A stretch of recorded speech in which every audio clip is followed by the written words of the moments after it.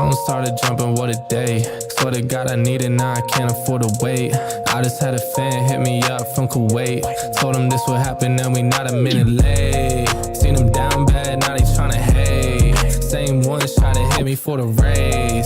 Got a mill, now they coming with a blaze. Check the numbers, fam, I swear I'm getting paid. I'm a Don just like the Perrier. It's one time when I'm looking at a face. On the low like I'm pushing up the bass. Told him come down and I'll meet him at a gate. Got a check and I bought myself a place. They get some money and they blow it on bait. I don't flex but I'm pushing all the weight. Told them all I swear I got it's what it takes. Phone started jumping, what a day. Swear to God I need it, now I can't afford to wait. I just had a fan hit me up from Kuwait. Told him this would happen and we not a minute late.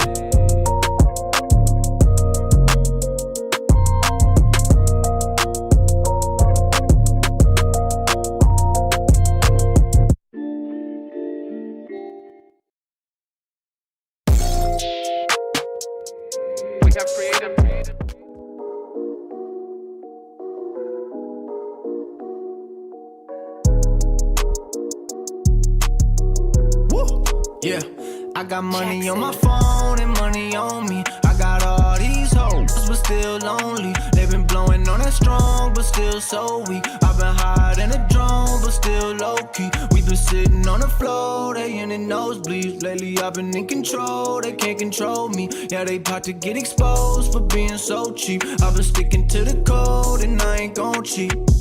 Yo, grew my hair and took the grill out. Think it's time to put it back in. Trying to get into that big house, turn the crib into the mansion. Needed something with that big bounce. You know I had to hit Jackson. Aaron Rodgers with the quick routes. I'm with the gang, we packing. We on the field at Lambo. Might peel in a Lambo. Running drills in my camo. They know what the M stand for. Still got fam in Hawaii, yeah. Couple fans in the lobby, yeah. Couple grand in my pocket, yeah. Couple grams of wasabi, yeah. Eye it up, no glasses. Light it up, no matches. Wife it up, no ratchets. Might turn my wife to an actress. And we gon' make a movie, no Kim K. Give a fuck about what your friends say. I got money on my phone and money on me. I got all these hoes, but still lonely. They been blowing on that strong, but still so weak. I've been higher than a drone, but still low-key. We been sitting on the floor, they in the nosebleeds. Lately I've been in control, they can't control me. Yeah, they about to get exposed for being so cheap. I've been sticking to the code and I ain't gon' cheat. I'm just sticking to the code, I keep it so G. She asked me what I smoke, I'm smoking OG. I don't fool with too many, only catch me 4 deep. Gotta stay away from snakes, swear these people so creep. I've been grinding for a minute, many labels so sleep. These rappers drop a song, be hot for about a week. I put Gucci on my toes, I keep some cold feet. I ain't paying for no home, you niggas know me. I'm about to body the beat. I keep me a hottie with me. She wanna for a fee. Give me that for free. Keep me some money on me. Smoking the gas, keep. You with me, sheesh. But need cheap keep. I got money on my phone and money on me. I got all these hoes, but still lonely. They been blowing on that strong, but still so weak. I've been higher than a drone, but still low-key. We been sitting on the floor, they in the nosebleeds. Lately I've been in control, they can't control me. Yeah, they about to get exposed for being so cheap. I've been sticking to the code and I ain't gon' cheat.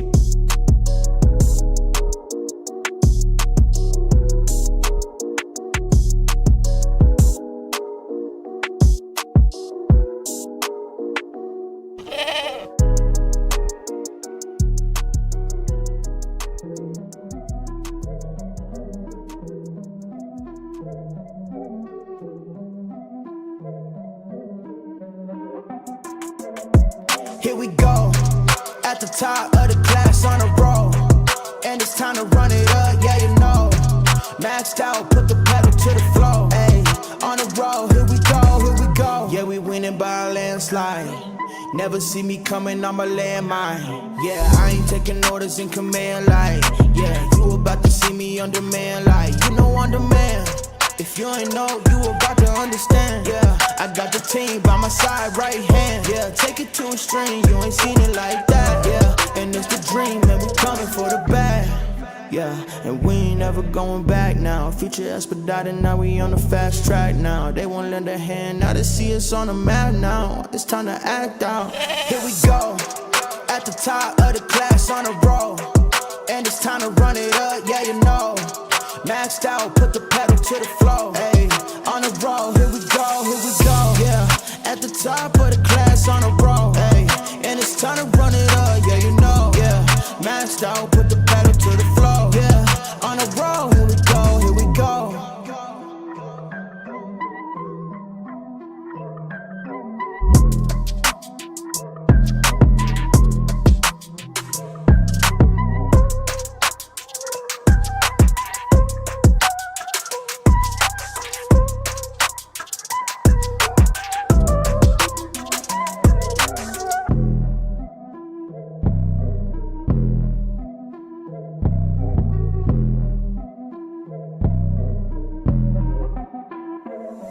Here we go, at the top of the class on the road. And it's time to run it up, yeah, you know. Maxed out, put the pedal to the floor. Hey, on the road, here we go, yeah. At the top of the class on the road. Hey, and it's time to run it up, yeah, you know. Yeah, maxed out, put the pedal to the floor. Yeah, on the road, here we go, here we go. Here we go. On the road, here we go, here we go.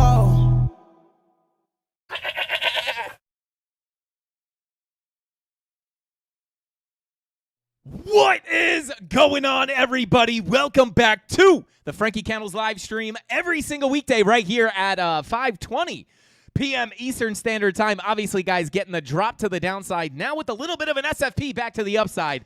We got the crazy price action, so I decided to go live a little bit early for you guys tonight. Cover the price action. And, yeah, guys, we talked about that money flow yesterday coming to the downside, and it's so hard, guys. It's so hard because I don't want to call for price to go down. But when the signs are on the chart, I got to bring the information in the rawest form. I can't give those personal biases as much as I wanted price to go up. We saw this on the charts yesterday, and now we're seeing it play out. Held the short position. That is now, well, we'll talk about that in just a second. Your boy Frankie Candles might have fat-fingered the keyboard just 5 minutes ago. But anyway, we'll cover that in a second. But, guys, we got a big update here as Bitcoin has lost 100K, and now we're back above it.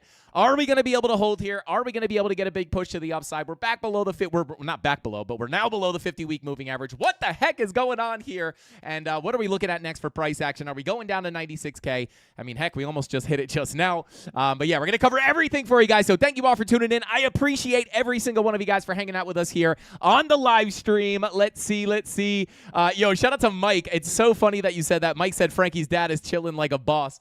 I just texted my dad, Bitcoin broke 100K, and I was like, someone mentioned him in the chat the other day. If you guys don't know, my dad trades too, and he sold all of his Bitcoin, which is a pretty good amount, literally at the top. And this man calls tops like it's his job, which I guess technically in a way it is. But yeah, interesting. I'm hoping he's wrong, guys. I'm hoping he's wrong. But we'll talk about the possibilities of the top being in. Is the bear market coming? Can we see the cycle continue? Are we going into all-time highs? I'm going to break it all down for you guys in tonight's live stream. But shout out to whoever said it. Shout out to Mike. I literally just texted him. I was like, someone was talking about you on the live stream, and it looks like every day you're more and more close to being right. But anyway, let's go ahead and continue on. We got Tiny Lens Tails in the chat. We got Wick589, OG of the CandleMafia, Jesse, Rob the Crypto Snob, Crypto Billy, Darren Does Things, you guys, Tyler Durden, Chemistry Bro, Dave Digital. You guys know who the mods are. It looks like it's just Jesse for now. Oh, Tyler Durden up in here as well.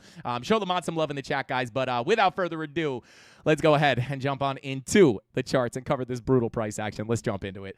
All right, guys, so here we are on the Bitcoin chart, and shout out to anybody who saw the emergency market update earlier today, getting that continuation to the downside here, guys, below $100,000. Now, if you tuned into the live stream last night, you will know there was a reason I was holding my short position over here on WEX for a continuation of the downside. It had everything to do with our 4-hour money flow crossing over into the red.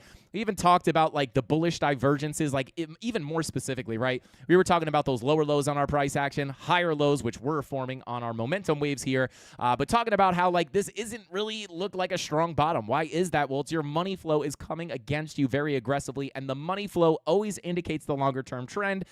which, of course, when it crosses into the red, is the move to the downside, right? That is the bias. And we got a little bit of a bounce, right? And as expected, we roll over and we come down deeper. And I did continue to hold that short position, guys. And I went to take a partial take profit there, guys. And I closed the position in full for almost $6,000. I really just wanted to take about a 50% take profit there, lock in like $3K and hold the rest because I am potentially going to be expecting lower prices. But your boy Fat Fingered the keyboard closed it in full. This is not a secret signal that I think the bottom is in or anything, just a genuine mistake with these fat old Italian sausage fingers. But there we go, right? Not too bad. This is crazy, guys. It's like, how could you complain about this? Making $6,000 on a drop to the downside, but it's like, oh man, it's like, and why is this emotion hitting me, right? Well, it's because I could have made more if we do continue down. I was short all the way up here from about 114.6. Oh man, it would have been so nice. I can't believe that happened. But anyway, close there for $6K. I was hoping that was still going to be open. And I have taken a little bit of a degenerate scalp long here, up about $1,000. I took this like a few minutes ago, up about almost $1,000 here on the scalp long. And again, this is not me saying long the bottom like we're going to $1 million because as you guys know, there we go, up $1,000 now. Because as you guys know, the guys, it's the money flow, man. I don't want to say it, guys. It's like yesterday. Like, I'm not always ecstatic to say this stuff. I'm not ecstatic to show when the charts are bearish, especially because nobody really wants to hear that. They're like, shut this guy up. Get this guy off the TV, man. But, of course, right, we're only going to give that information. And more often than not, that TA will play out. When we start looking at the higher time frames, to be quite honest with you guys, it is not looking too good, right? So, we'll go into all details in just a second. But we got the drop down, extra drop down here, and our next key level of support was sitting right down here where we had the 50-week moving average, which is not on the chart right now. I'll go ahead and pull that up, right? We had the 50-week moving average. We had the weekly MPOC, the daily MPOC, and the daily and weekly horizontals. And, of course, we got the drop to the downside. Did not hold this level at all for the most part, right? Letting the premium Discord know because we had some long setups down here within this zone. Just letting them know, like, hey, guys, not liking the look of this. I'm going to sit it out. I'm going to sit on my hands, be patient. We get the next drop down. Still sitting on my hands. We get the next drop down. And then I did finally take that degenerate SFP, which, again, if you're in the premium Discord and you did not see that post, this is not a signal, right? This is a very, very dangerous knife catch situation.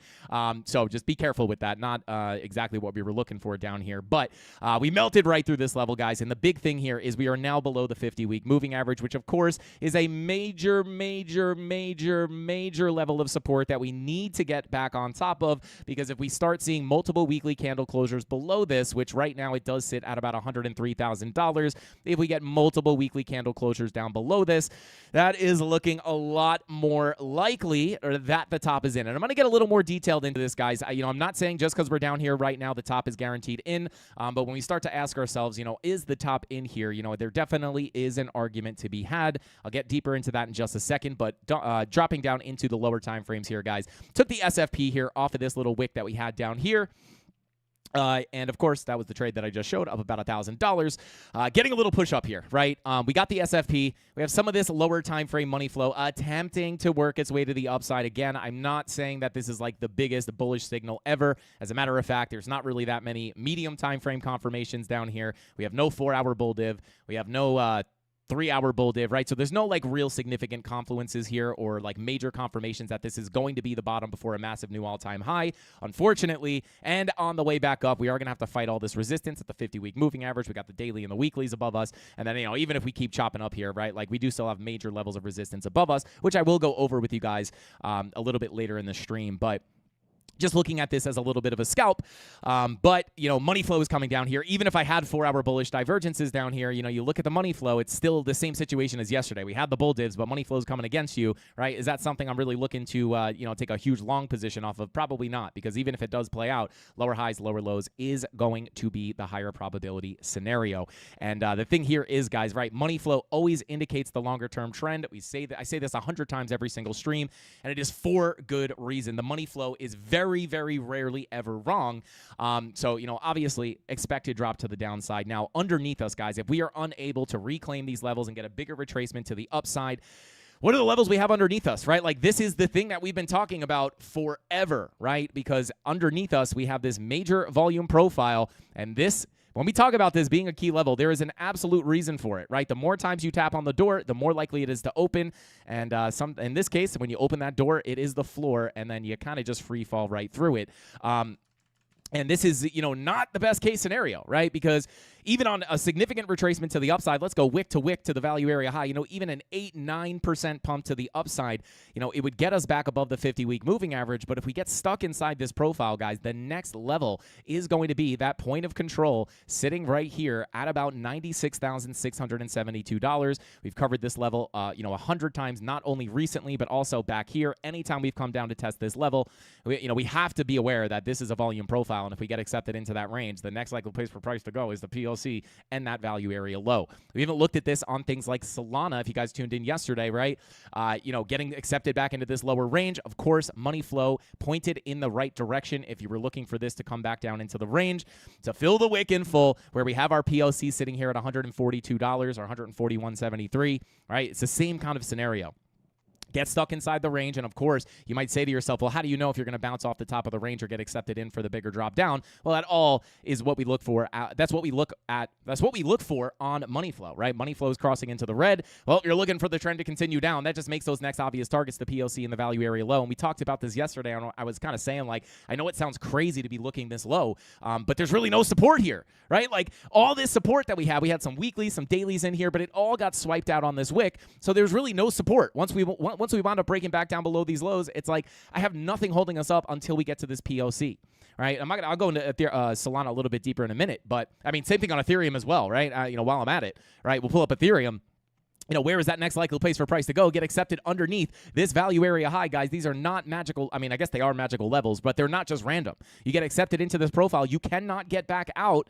And where is the next place for price to likely go? I'm not going to point towards the POC, obviously, because we had some other support here, which was the golden pocket 50-week moving average sitting between $3,200 and $3,100. Where are we getting the bounce from right now? That exact key level of support. And I don't say this to brag like, oh my God, I was right. Look at this. It's corny. But the reason I say it is because this is the TA that we teach every single weekday right here for free on the Frankie Candles YouTube channel. And you get to see it playing out perfectly here, right? And if you can learn how to read the charts like this, you'll be able to make these calls just like me. There's no secret indicator that I don't share. There's no secret strategy that I don't share. We teach it here for free every single time. But if we do continue down, right, on Bitcoin, $96,672 POC, and then under that we have the $91,635 value area low. It's just the situation that we're in. Right now we're inside the range. These are the next targets we have to look at to the downside. I don't make the rules, guys. The volume profiles were their own thing. I didn't invent them. I was not the first person to use them. But they are very reliable, right? So this is obviously not what we wanted to see. We have now lost our major level of support at 108K. And, of course, we are now below this 50-week moving average. Now, this is okay for now, right? Like, I'm not saying that the top is in just because we broke through this level. We could potentially reclaim this at some point and maybe get a bigger push to the upside. I'll get into the longer term, is the bear market here scenario in a second. But it's really, like, if you want the actual thing that I will be paying attention to here to indicate that the top is very likely in, it's going to be the multiple weekly. If we can get, like, 2 weekly candle closures down here, guys, it is not looking very good for Bitcoin, as I said up here. All right, if we see this happen, multiple weekly candle closures, not looking good for Bitcoin. That all remains the same. We're just seeing it play out now. So it's, again, not my favorite thing to talk about, but here's the case, right? Like, if we do come down to the POC, of course, we'll be looking for long positions, just like I'm holding the long from here right now. I'm not necessarily just long here because I think it's going up forever, right? I'm viewing this as a scalp. If I can make it up to this 50-week moving average, that would be beautiful. That would be nice. I don't even know if I'm expecting that, but I am viewing this as a scalp. Same thing I'll be viewing if we do get back down to the POC. Sure, we'll be looking for longs in the premium, but, again, I'll be looking at this based off our money flow, not just on the 4-hour, but when we come up here to the higher time frames, guys. Just like yesterday, right? And I'll try to break this down nice and simple. Money flow indicates the overall trend. That's why we did not expect this bullish divergence to play out yesterday. We were below the value area high. We couldn't get out. Money flow was coming down. We look for that continuation down. It's the same thing on the higher time frames. When we come up to the daily money flow starting to crack back into the red here. Now, the one thing you have on your side here is that this has been very, very choppy recently, right? It's been in the red, in the green, in the red, in the green, in the red, in the green, now back in the red. But at face value, this is crossing back into the red. And the more alarming time frame for me is the 2-day, right? This 2-day has not been super choppy. It's kind of just been flat. But over time, this is generally trending to the downside, right? So even if we came down to that POC or even the value area low, which is a much more important level in my opinion because we do have macro golden pocket confluence there, in almost perfect confluence, right? You have the golden pocket leading you right down into that value area low. We talked about this on the market update earlier. Make sure you are subscribed to the channel, guys, and you have notifications turned on so you do not miss the urgent market updates. But golden pocket value area low sitting between about 94,200 all the way down to 91.6, and we also have 2 daily MPOCs down there, so we do have confluence, right? Like, that is support. But it doesn't necessarily mean just because this is a golden pocket, just because we have the daily MPOCs, that this has to be the low before new all-time highs, right? Because if we come down here and we see this 2-day money flow just starting to cross over into the red, what's my bias, right? My bias is, hey, sure, we can look for the bounces off the POC or the value area low, but the chances of lower highs and lower lows are going to be much more likely. And when you're looking at something like the 2-day, you're looking for like a long-term trend, right? So any of these bounces could take days or maybe a week or so, and it starts to feel really good, but you have to be really careful of all this resistance on the way back up to get a rotation back to the downside.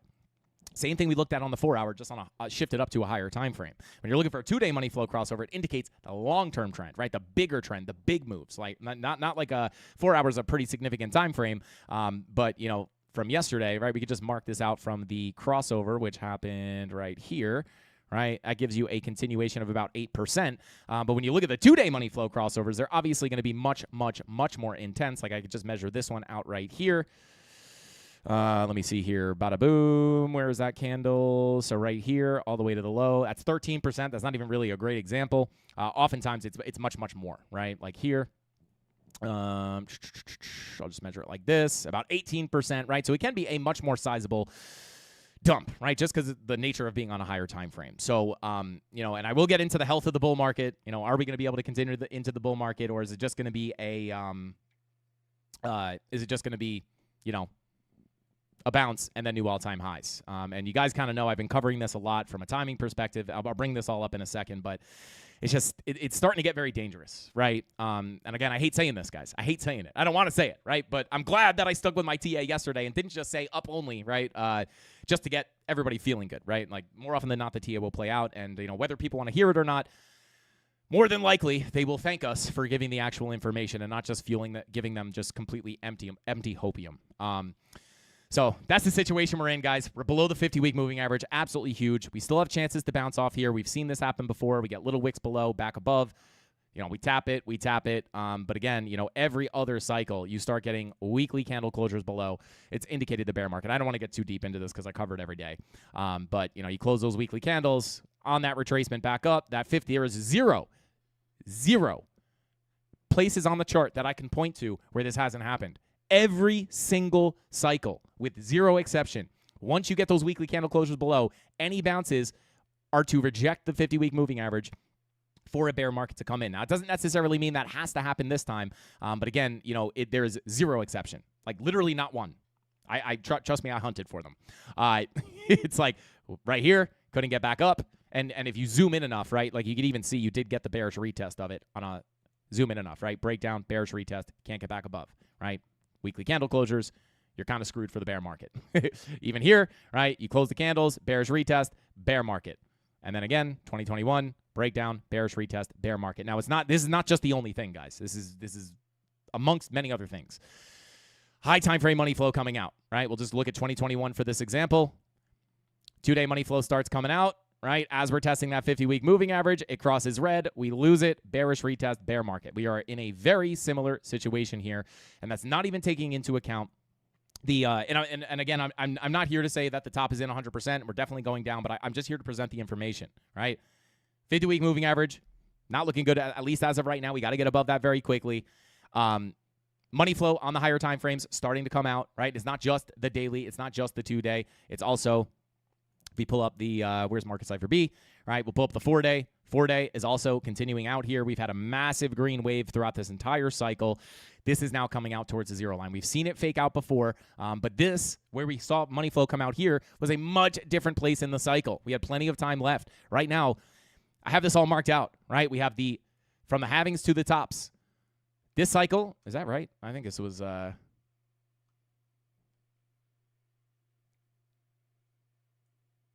me just perfect that. 526 days, 546 days, and then like the only one that's like not close to that is this one, which is 361 days, which doesn't even really matter, right? Because we're already past that. So you can see here, this current top that we have is 531 days, right? So you can just see, if you measure it from a timing perspective, you would expect from a 4-year cycle perspective, from a timing perspective, that we are coming up to the end. We had that October 20th fib time level. I'm on the 5-day chart, so I can't get it exactly, which is like right here, right? It's exactly where the top came in 2021. So that's also eerily similar. And when you just start to view this, it's like, I don't know. We're getting close to that end of the cycle. And you would expect that 2026 is going to be a bear market year, which is my base case, right? That has to be my base case because of what happened every other time. Top comes in Q4 of the post-halving year. And then the next year is the bear market, right? So we have to assume, right, based off the 4-year cycle, that 2026 would be a bear market year. Now, is that guaranteed? Can you see this time be different? Potentially. Thinking about maybe doing like a long deep dive video to break all this down in like a nice, neat fashion so you guys can take the information and make your own decisions. But that brings you into this time is different, right? Like, we need the money printing. We don't know exactly when that could happen. Maybe it's not until Jerome Powell gets replaced in the middle of 2026, which, of course, is going to give us a lot of time to get a pullback here. Maybe it's a little bit of a muted bear market, as we've talked about, maybe it was like a last week or a couple weeks ago. We talked about the idea of maybe seeing like some kind of a muted bear market. We have no euphoria up here, which is interesting. We also have some of the bull market indicators or bear market indicators have not fired yet. You have the pi cycle top indicator, the MVRV Z-score. We talked about all this, right? Like, there is a case to be made for both sides, but like everything is rhyming with what has happened in the previous cycles, which is why I am so concerned here, right? Doesn't mean that I'm guaranteeing the top is in right now. As a matter of fact, until we see those multiple weekly candle closures, you could still scan back up, right? I would say as long as you have time in Q4. As long as you get back above that 50-week moving average, you could potentially see another pop-up. But once you start closing those multiple weekly candles, you start getting to the end of 2026, you have to start reaching for things to look for to expect it to continue, really the only thing to reach for is like, oh, this time is different, money printing. But it's like, when is that going to come? That's very, very hard to figure out. And I'm praying for that. As a matter of fact, I'm praying to get back above the 50-week and just see this thing continue up. But even then, right, like I do think, like, what is our base case been here? It's like we get the initial breakout of our macro range, and we look at that and we say to ourselves, well, hey, if the top is not in, right, if the top is not in, we would think that, like, even if we do go into new all-time highs, which we have a lot of work to do, I still don't know, like, how much of a gigantic move up that would be, right? I would still be looking for that to be like one last final move up to get the altcoins to follow and then eventually go into the bear market. But we are very clearly running out of time for that to happen. 2026 is creeping up very, very quickly. And of course, right, like until we get above that 50-week moving average, it's like hard to look for that, right? So the hope here is to snap back on top of the 50-week, snap out of this macro value area, snap into the upper value area, get above all your retracement levels, and then get the breakout. It's a very long road. I'm not saying it's impossible, and of course I am praying for that. But the charts are more often than not the truth, right? And it'd be very brutal to look back in hindsight and be like, well, look at all those things that were popping up. We were just blindly looking for higher prices for this time to be different. And I just can't do that, right? Like I put my money where my mouth is, right? Like I'm invested in this market. I have no reason to want to round trip my bags. So, bullish case, still got time in 2024. You have some of the bull market top indicators not triggering just yet. I personally don't think they necessarily have to trigger, but you have that on your side, time in 2026, and you have maybe money printing coming. But unless that comes like very rapidly, which is very hard to predict, it's looking likely just based off a chart perspective that like we could see more pain here. 96.6, 94 to 91,000. Right? And then again, like even the bounces there, a lot of people will be looking at this like, oh my God, golden pocket. Look at this. This is beautiful. We could just continue our higher low structure and continue up. But if money flow is pointing against that long-term trend, just like it was in 2021, right? You have that Fibonacci retracement from the high to the low. Or actually, I think it was nope, that was the low, right? It's like, oh my God, higher low, higher high, right? But like, look at all your money flows coming out, right? So like, even if we bounce off that value area low that I just showed, it's like my bias still has to be for lower highs and lower lows. So it's not over just yet, right? Like I'm not saying the bear market is here. It's not over. Like I know we've been talking about this a lot, but I think it's important because hopefully going on to that cycle chart, like is really puts it into perspective. Let me hide the tops to the bottoms, right? So, it's just, when you view it from this standpoint, guys, it's like very difficult. Like even if I pull a bars pattern, let me pull up the weekly chart, right? If I just pull some fractals here from 2017 from the halving to the top, and we just line that up right where we are now, right? Where did that measure out to, right? It's like literally almost on our all-time high candle. It's like 1 weekly or 2 week candle behind, right? I'll pull up the weekly real quick, right? Like it's just like right where you would expect the top to come in, right? And then you go ahead and pull the 2021 from the halving to the top. I'll just kind of eyeball it there. Pull that, right? Where's that top come in? This is literally where that October 20th kind of zone came from. It's like right here, guys. Like we're running out of time here from a traditional cycle perspective. So like really the only hope here is that this time is different. And of course, as we always say, right? Like the more cycles that go by, the more likely it is that, you know, eventually we will see something different happen. And I even presented a case where recently in one of our live streams where, you know, maybe we see that little bit of a muted bear market, right? We don't have all that euphoria. You don't have all the retail in here, and that is an absolute fact. We had massive euphoria here. We had massive euphoria here. We didn't see any massive euphoria. Like the euphoria and the retail interest never came anywhere close to what we've seen in previous cycles, which, number one, could mute the bear market. We also have institutions in here. And also like the potential money printing if it comes. So like maybe you see a little bit more of like a muted bear market, and we'll talk about some targets, you know, if we have to deal with that. Of course, it's not over just yet. We'll see, you know, once we get those weekly candle closures below the 50-week, we'll really start presenting those cases for you guys. But, you know, I don't want to try to sit here and like predict the future in 5 minutes.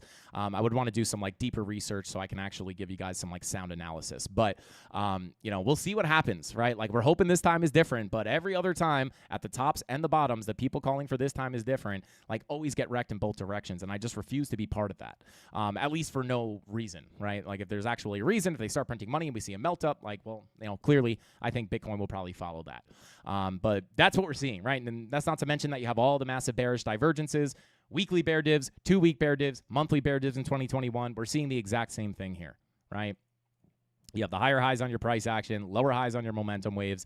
You have the 2 week bearish divergences as well. You have the monthly bearish divergences on top of that, right? Well, it's not drawn perfectly there, right? But you have your lower highs, you have your higher highs. So, like, this is just not necessarily what you want to see for a massive explosion to the upside. It's a much different situation on all the other scary dumps, right? And I want to be clear about this. It's not just that we're pulling down that makes me feel like this, right? Even on these bigger drops to the downside that we've had throughout this cycle, every time I'm like, guys, I'm not worried, right? And there's a reason for that. It's not just that, like, I'm hoping price goes up, but you have time in the cycle. You have massive bullish confirmations. We just don't have that here. So you have, like, the bearish signals and the timing of the cycle lining up. It does get a little bit sketchy, right?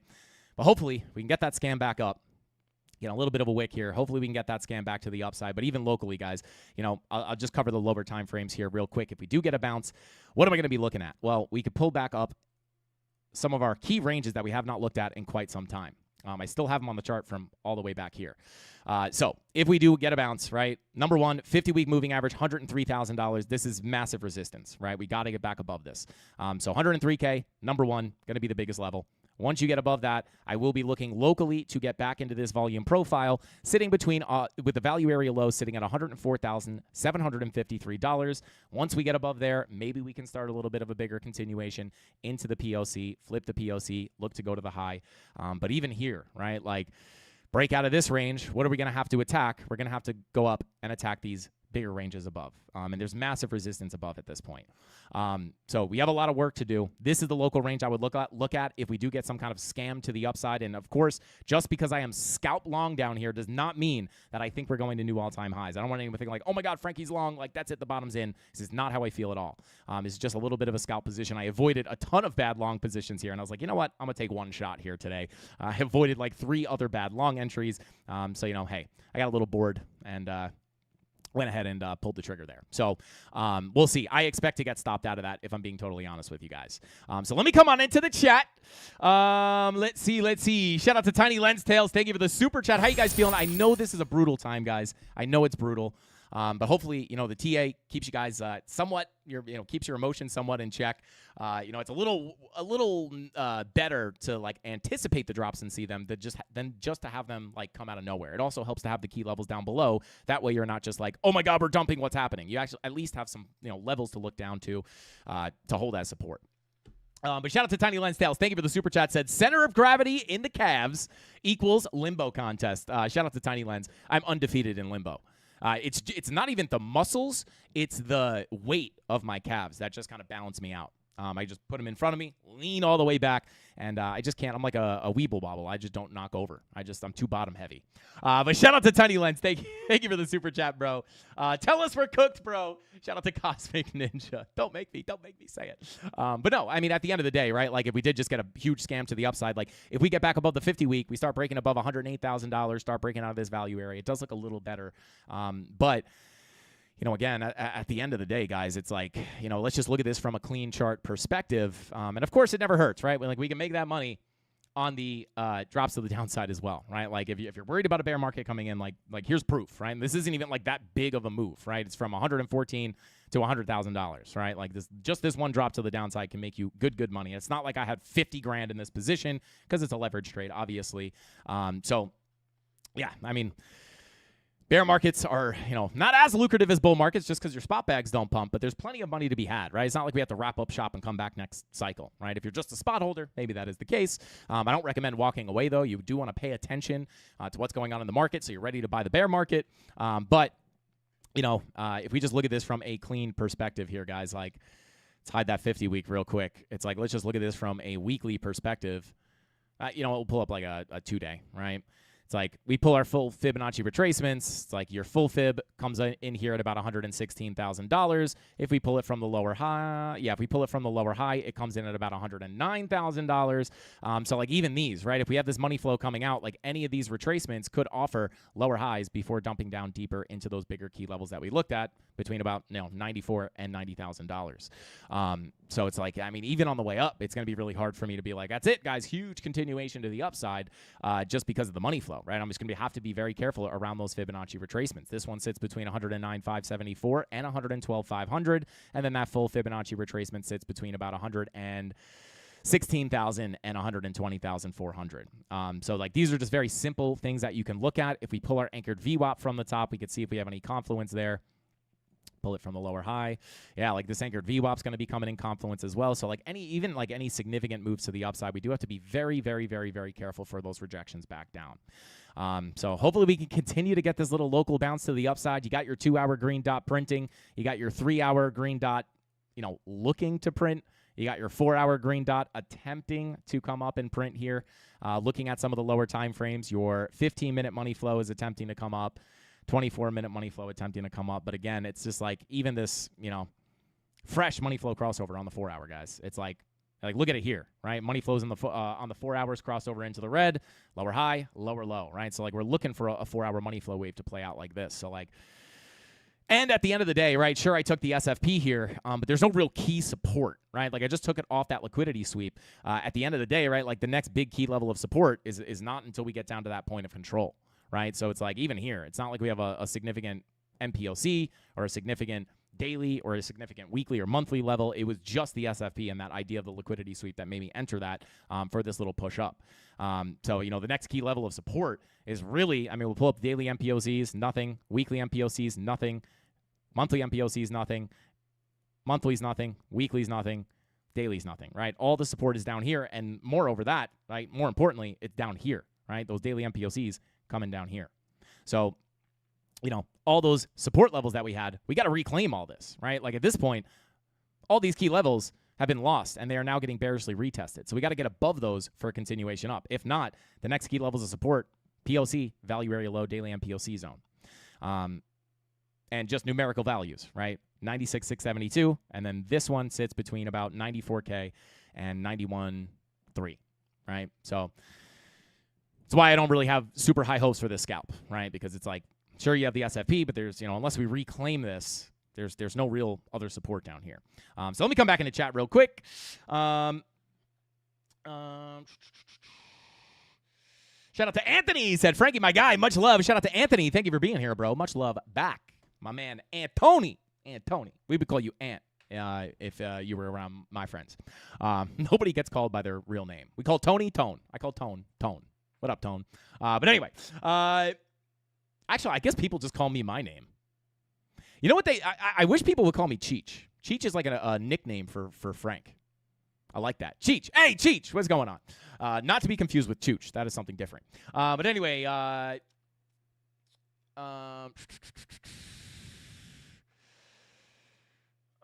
Weekly cycle bottom, time to go up for the next 60 days, but full moon is here. Shout out to JP. Our full moon's bounces, I always forget. Our full moon bounces or dumps. Let me know.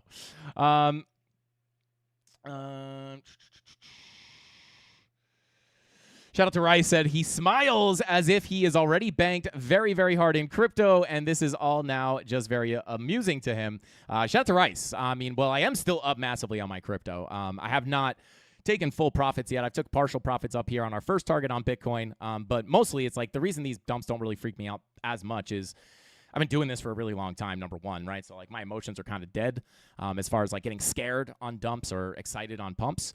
But also the fact is, like, my entry price is down here from the bear market, right? So it's like it's not like I'm watching my bag go from like massive profit to like negative, right? I'm just like slightly less in profit.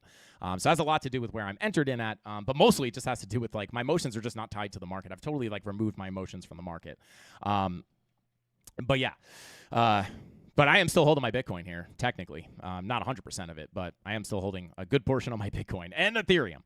So I am still in here, right? Like, I am still feeling this pain on a lot of stuff, right? But again, it's not like I bought in here and I'm down, right? I bought in down here and I'm just slightly less in profit.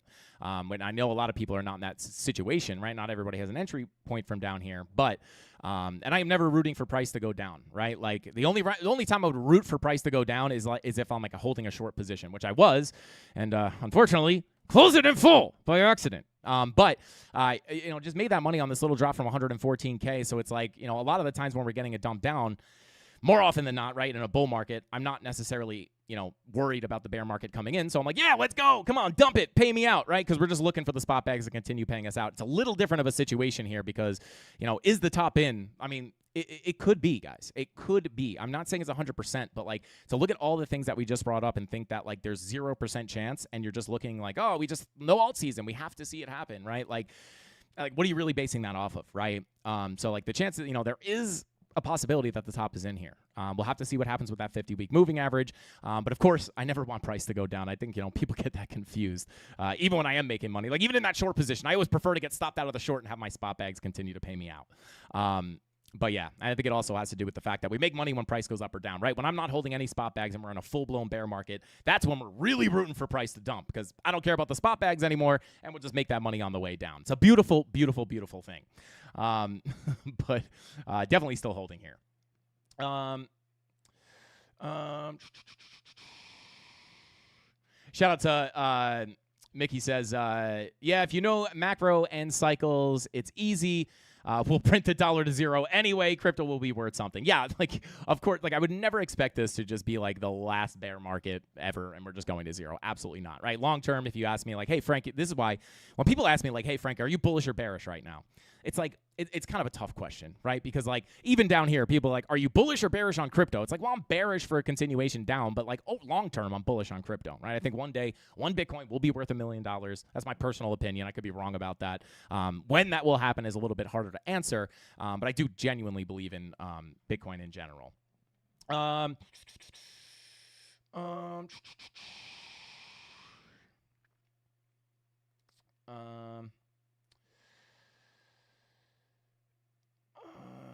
Yo, shout out to Oren, said just became a paid subscribed Discord member. Hey, shout out to Oren. Welcome in, bro. Welcome to the kitchen, baby. Welcome to the kitchen. Shout out to Crypto Billy in the chat. What is going on, Billy? Rob the Crypto Snob tuning in. What is going on, guys? Welcome in. Are we scared?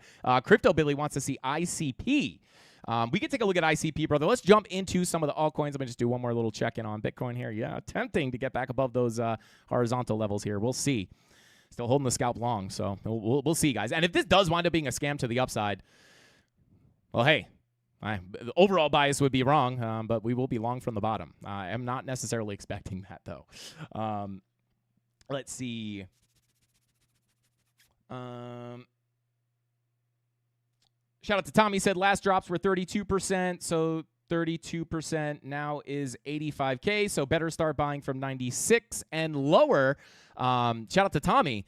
I like the thought process there. Only problem here, again, is just the timing of the cycle, right?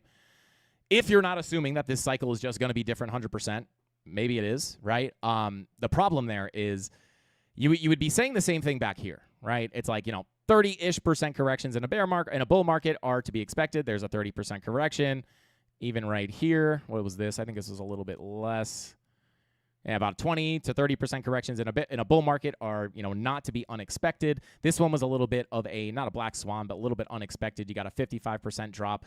In my opinion, this was the top of this bull market. This is where all the euphoria topped out. This is where all the retail interest was. On the second drop, all of that did not return in the same way, giving you social bearish divergences. But what would you be saying down here, right? You'd be saying like, oh, don't worry, right? Like you just got to be careful about thinking that every time. You'd be thinking like, oh, 25% dip, no problem, buy it, right? You would be thinking, oh my God, maybe not, right? 40%, you'd be like, oh my God, we dumped 50% and still went up, that's fine, right? But like eventually that will be wrong, right? It only works for so long. And I actually have brought up this argument many a times on these dumps, right? Like I don't know, there were so many people calling this the bear market. I literally saw videos on Instagram of people being like, we're down more than 20%, Bitcoin is officially in a bear market. And I'm just like, if you pay attention to the timing of the cycles, it would make almost no sense for Bitcoin to put like a 5% all-time high and then go into a bear market, especially when the halving just happened and you typically get a rally for a decent amount of time after the halving, right? So over here, I'm saying like, I am not calling this a bear market. I do not think this is the top. This is a dip I want to buy. 33% doesn't scare me in a bull market, especially this early in the cycle. Same thing here. A little bit more sketchy, but still had plenty of time to see this correction come in. With massive bullish confirmations, 31%, that's healthy, right? That's okay in a bull market. But at this point, when you look at the timing of the cycles, it starts to get a little bit sketch, right? It's like you're already at the timing extension of the cycle of what you would typically expect from a bull market. Now, there's other things you can look at. Sure, it could be different, right? But just from that particular perspective, what we've seen play out every other time, 30% corrections after this point are not to be created the same. And nobody wants to buy these dips. No one wants to buy this. Oh my God, they're coming out of a bear market. They still have a little PTSD. They're just like finally up a little bit. They finally get in. They're finally up. And then they get back down. They're like, bear market, right? Like people think the same thing here. And then what do we always talk about? There's no real euphoria up here.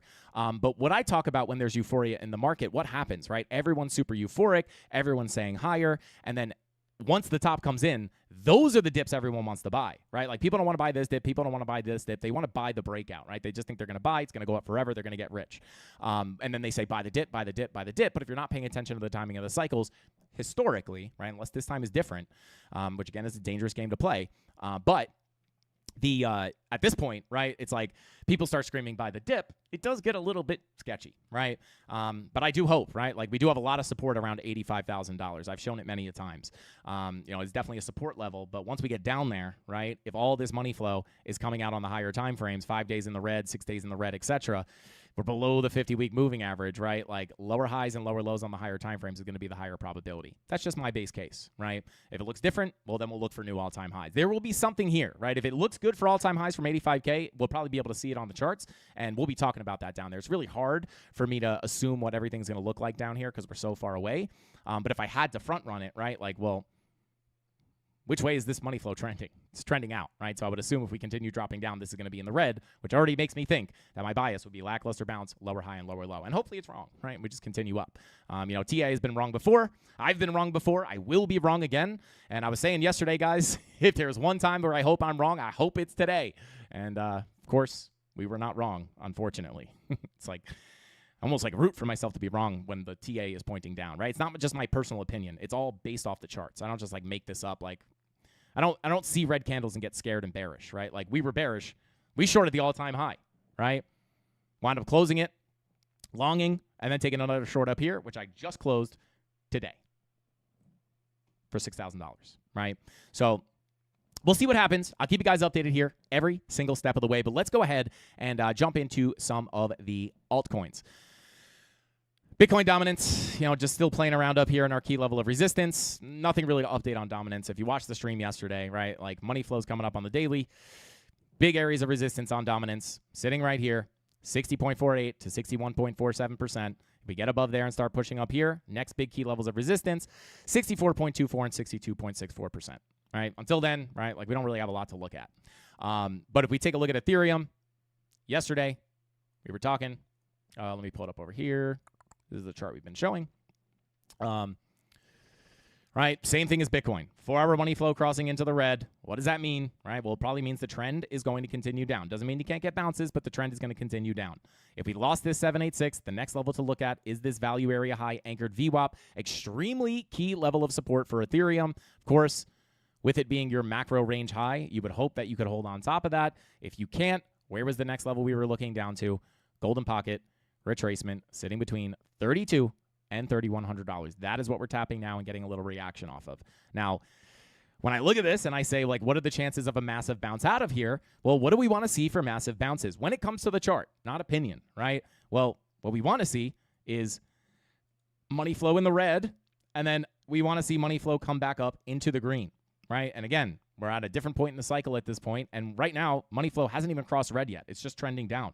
So you have to think to yourself, if this ends up coming down, and this is not just some kind of a crazy fake out, this crosses red, it's not really good for the long-term trend, right? Like, it's just the fact of the matter, right? Like, 2-day money flow crosses into the red right here. Does that mean you can't look for a bounce at the value area low? No, you could bounce off the value area low, but the higher probability expectation there with money flow coming out is lower high, lower low, lower high, lower low, lower high, lower low. That's what the money flow lets you know. You're going to be better off selling the rips than buying the dips here. Doesn't mean you can't scalp them, but you want to make sure that you have that key resistance marked out, which it is here on the value area low. Long it, key resistance, I'm going to take some profit and look for that continuation down based off the money flow. All right, it's not until you start to see that money flow come back up that you could say, well, hey, now the dumps can be bought, right? You have a move up. Oh, my God, massive dump. But why is this dump not as scary, right? Well, your money flow was already in a big red wave, and it's starting to cross over into the green. So this is a dip I would like to buy. This is not a dip that I would buy. This is not a dip that I would buy. This is not a dip that I would buy. Why? Look at your money flow, right? It's exactly how we called this move on Ethereum and Bitcoin and Solana yesterday, right? It just has to do with money flow. And it's very simple to follow, right? It's like a very simple indicator, right? It's just like an oscillator. It's very simple and very reliable.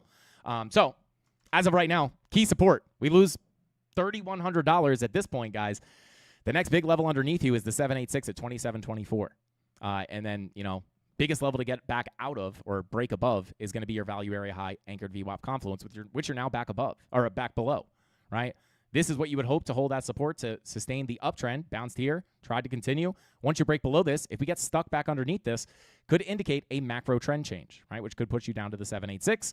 At that point, you're looking at this volume profile, wondering if you're going to get a move all the way down to the POC and the value area low. Now, I'm not calling for Ethereum to just dump down here right now. As a matter of fact, right, it's like the same thing as Bitcoin. I don't really look at the 50-week as much on Ethereum, but, you know,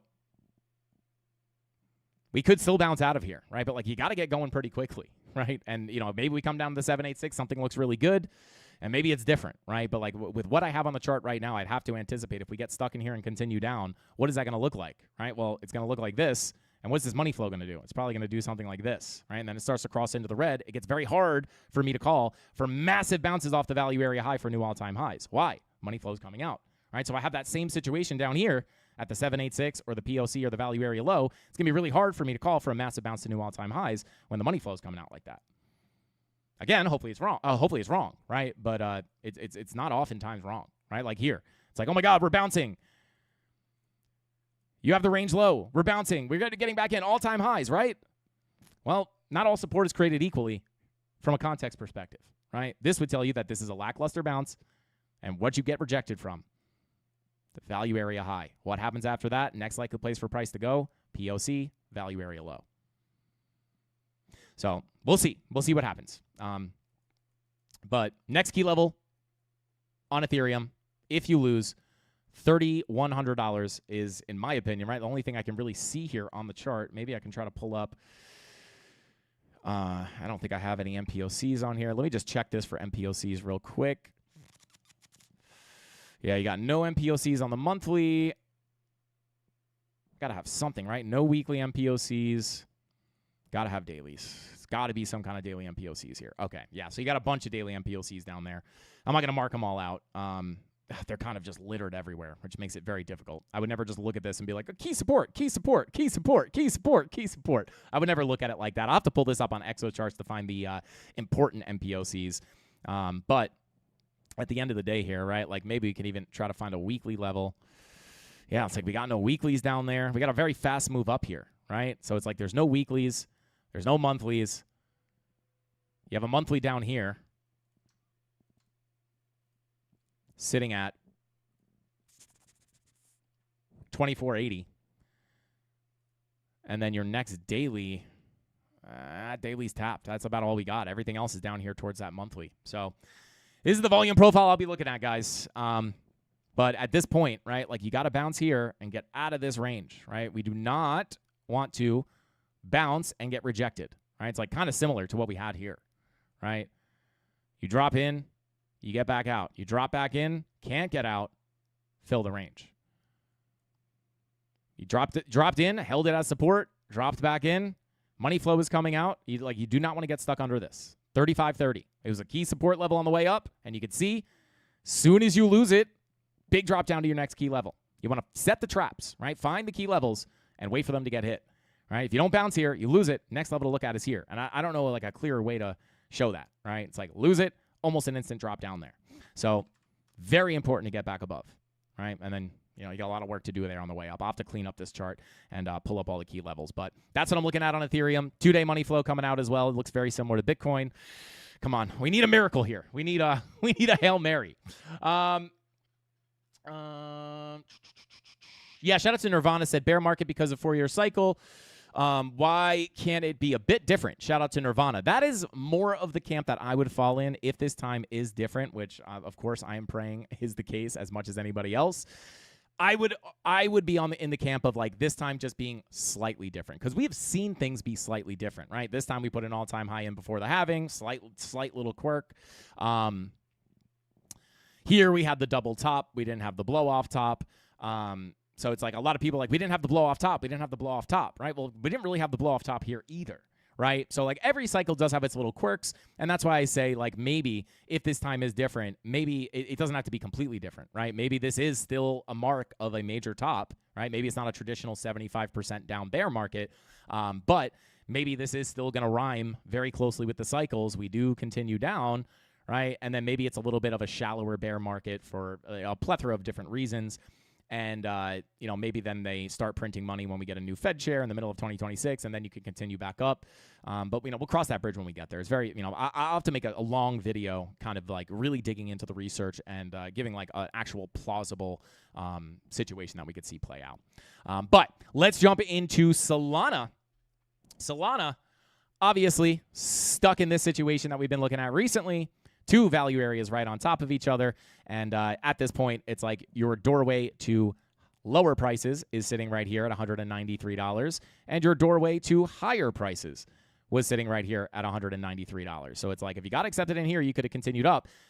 If you get accepted down below it, you're probably going to get accepted into that lower profile, right? Which is why I was talking about this POC down here near about $141 or $142. Now, how do we know that this was the higher probability scenario? I'm just going to point to it again. Money flow, right? Your money flow on the 4-hour was crossing into the red. This is not typically what you want to see for a massive bounce to new all-time highs. Rather, you're looking for the lower high and the lower low, just like every other time, right? Now, we have not tapped that POC just yet. It is still sitting at $142. Value area low sits here at $133.76. And if we hide this and just pull this range by itself, this previous 2021 range is coming from the all-time highs of the last cycle. And if we just pull this as its own little fresh range, you can see we've already come down to fill the wick and tap in on that POC. So this is somewhat of a local range that you can actually look at on Solana. Nice and clean. Value area low, POC, which we just tapped. Value area high at 205. Value area low, 125. POC 145, value area high 205, 555. Deviation, can't get out, back to the POC, fill the wick, lose this POC, value area low is your next key level of support. So down below, gotta watch this 2 levels, right? Number 1 would be this local value area low, or yeah, I really only want to bring this up because we have tapped this POC. This is a legit POC. It is a valid level, but for the moves to the downside, I'd probably be more inclined. Let me just drag this into a folder. I would probably be more inclined to look at these levels here. So I'll just mark this out. So this sits between $142 to $133, right? Which is not far off of what we were just looking at. But two different ranges to look at. But yeah, we'll see. I mean, we're definitely in both of these profiles, right? So like both of these profiles would still call for a fill of either this one or this one, a little bit lower to 125. So those are the key levels I'd be looking at on Solana. Other than that, everything looks pretty much the same. Money flow on the daily has now crossed over into the red. This is not chopped up like Bitcoin. You had a nice big green wave for this entire move trend to the upside. Money flow crosses green. You're looking for overall higher lows, higher highs, right? Once you break back into the range with money flow coming out, we are literally going to be looking for the opposite here, right? Higher lows, higher highs. Money flow crosses red. Lower highs, lower lows. That's my base case here, guys. If we get some kind of massive rip to the upside, we'll have to change our situation and we'll change our outlook, right? We'll try to figure out kind of what the next move is. But again, you're just banking on a complete fake out on money flow there, which again, hopefully is the case. But you can't call for it to be the base case. Just like yesterday on Bitcoin, is there a chance you could scam up from here? Sure, but the high probability is the continuation down, right? I hate to be repetitive, but it's like if you just just take notes on this, right? Like it's I repeat it for a reason, right? It's like the most helpful thing. All right, let's see here.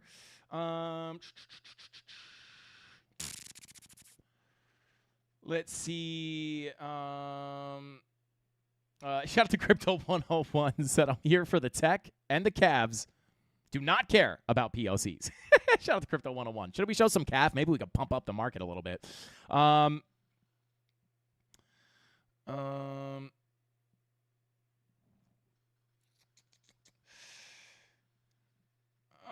Shout out to Satoshi Glakamoto said, and I'm not just talking crypto. Filling up your crypto bags could be a smart play. The safest play is buy heirloom seeds of vacuum sealer, a freeze dryer and food. Shout out to Satoshi Glakamoto. Yeah, you can't barter with Bitcoin when there's no power. That is for sure.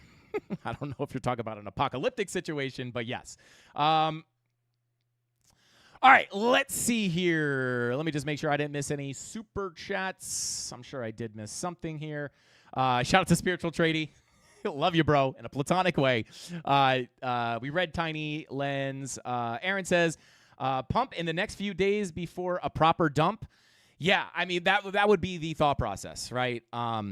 If we're able to bounce from where we are right now, let's just say we do get the bounce, right? Like, you can see relief, right? But again, when it comes to trading, guys, there's like two things that I look at, right? Like, number one, you want to figure out where the pivots are going to be, right? The ebbs and the flows. The market moves in ups and downs, right? The market does not just go down and then up, right? It has these it has all these internal structures, right? It's very confusing. Like, if you look at a diagram of price action, it will say downtrend, right?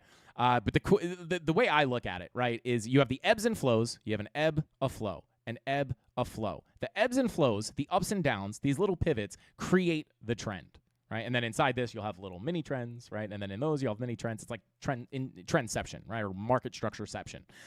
But two things, the ebbs and the flows, the green and red dots. Green, red, green dot, red dot, green dot, red dot, green dot, red dot, green dot, right? Those are the red and green dots. This is what I like to look for the potential pivots on price action, right? But if money flow is coming out, I'm not looking at a green dot as, oh my God, we're going to pump. Oh my God, we're going to pump, right? The only reason I would think that off a green dot is if we have a massive bullish divergence with the green dot printing and money flow coming up. The money flow indicates this. The green and red dots only indicate the ebbs and flows, right? So when I look at this, I say to myself, is there a reason to expect a massive pump and trend to the upside? Well, looking at your high time frame money flow, it would not be calling for that. Money flow is crossing red. That does not point towards a massive trend. 2-day money flow is coming out. This does not point towards a massive trend up.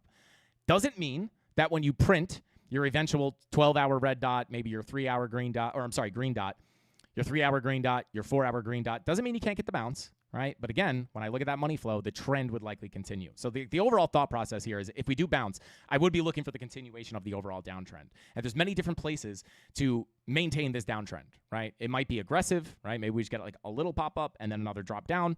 Or you can go for those like bigger retracements, which I've pulled up earlier in the stream. The Fibonacci retracements pulled from this high and this high, right? So like if you look at it from a clean chart, what does it look like, right? Well, here is your, well, now this is a new low, right? So here's your full golden pocket 786 retracement.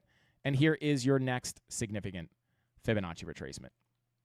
Right? So like even if we got a bounce all the way back up here to 112K, still have to be careful, right? So like if you did see a situation like you just said, right, maybe you do get a bounce, but you do have to be careful of lower highs and lower lows. And now at this point, unfortunately, because I fat fingered the keyboard and closed my short in full, I'm gonna have to find another short. I was kind of hoping to like comfortably hold this short from up here to continue down. I meant to take like a 50% take profit here and just close the whole position. Super frustrating. But anyway, yeah, shout out to Aaron. I think that is that's definitely my kind of thought process. Nirvana said, the thing that worries me the most is that retail probably won't come in at 130 to 140K, bear case scenario.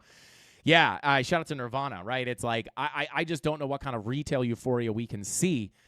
And then here's the thing, right? Like, this is all just my thought process, guys. Like, I always feel sometimes like I feel like the bad guy, like when we look for prices to go down, right? But like I have one job here. I feel a genuine responsibility, right? I don't have a boss, like I don't have someone telling me what to do.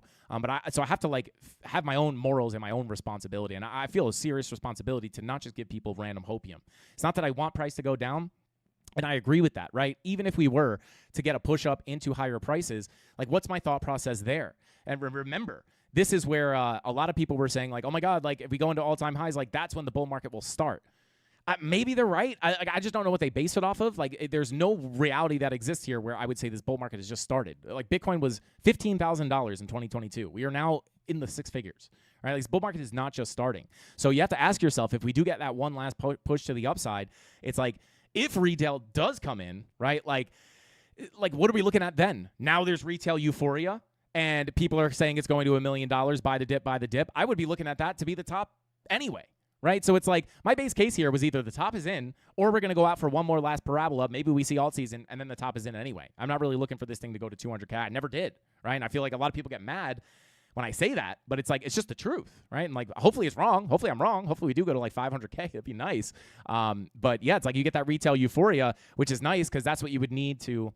I don't know, to be honest. Like I really do think you need money printing to see like, especially the altcoins. If you want to see the altcoins fly, I think you need the money printer, right? Because it's like, people will say, if you need the money printer, then tell me how we were seeing the alts pump in Q4 of last year. Well, this is simple, right? Like alts don't only pump when the money printer is on, right? But like you see the alts behave differently when the money printer is on and when the money printer is off. I would say, if we pull up total 3 over Bitcoin right here,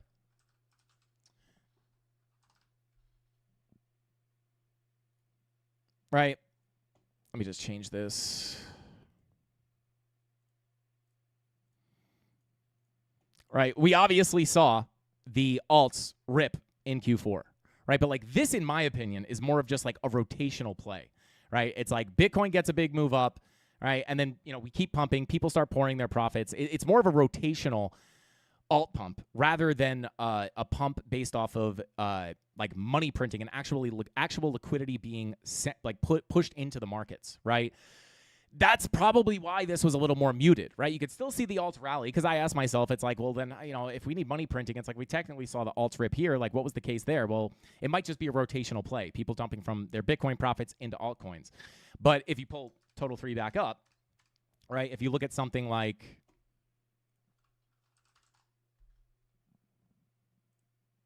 right, if you look at something like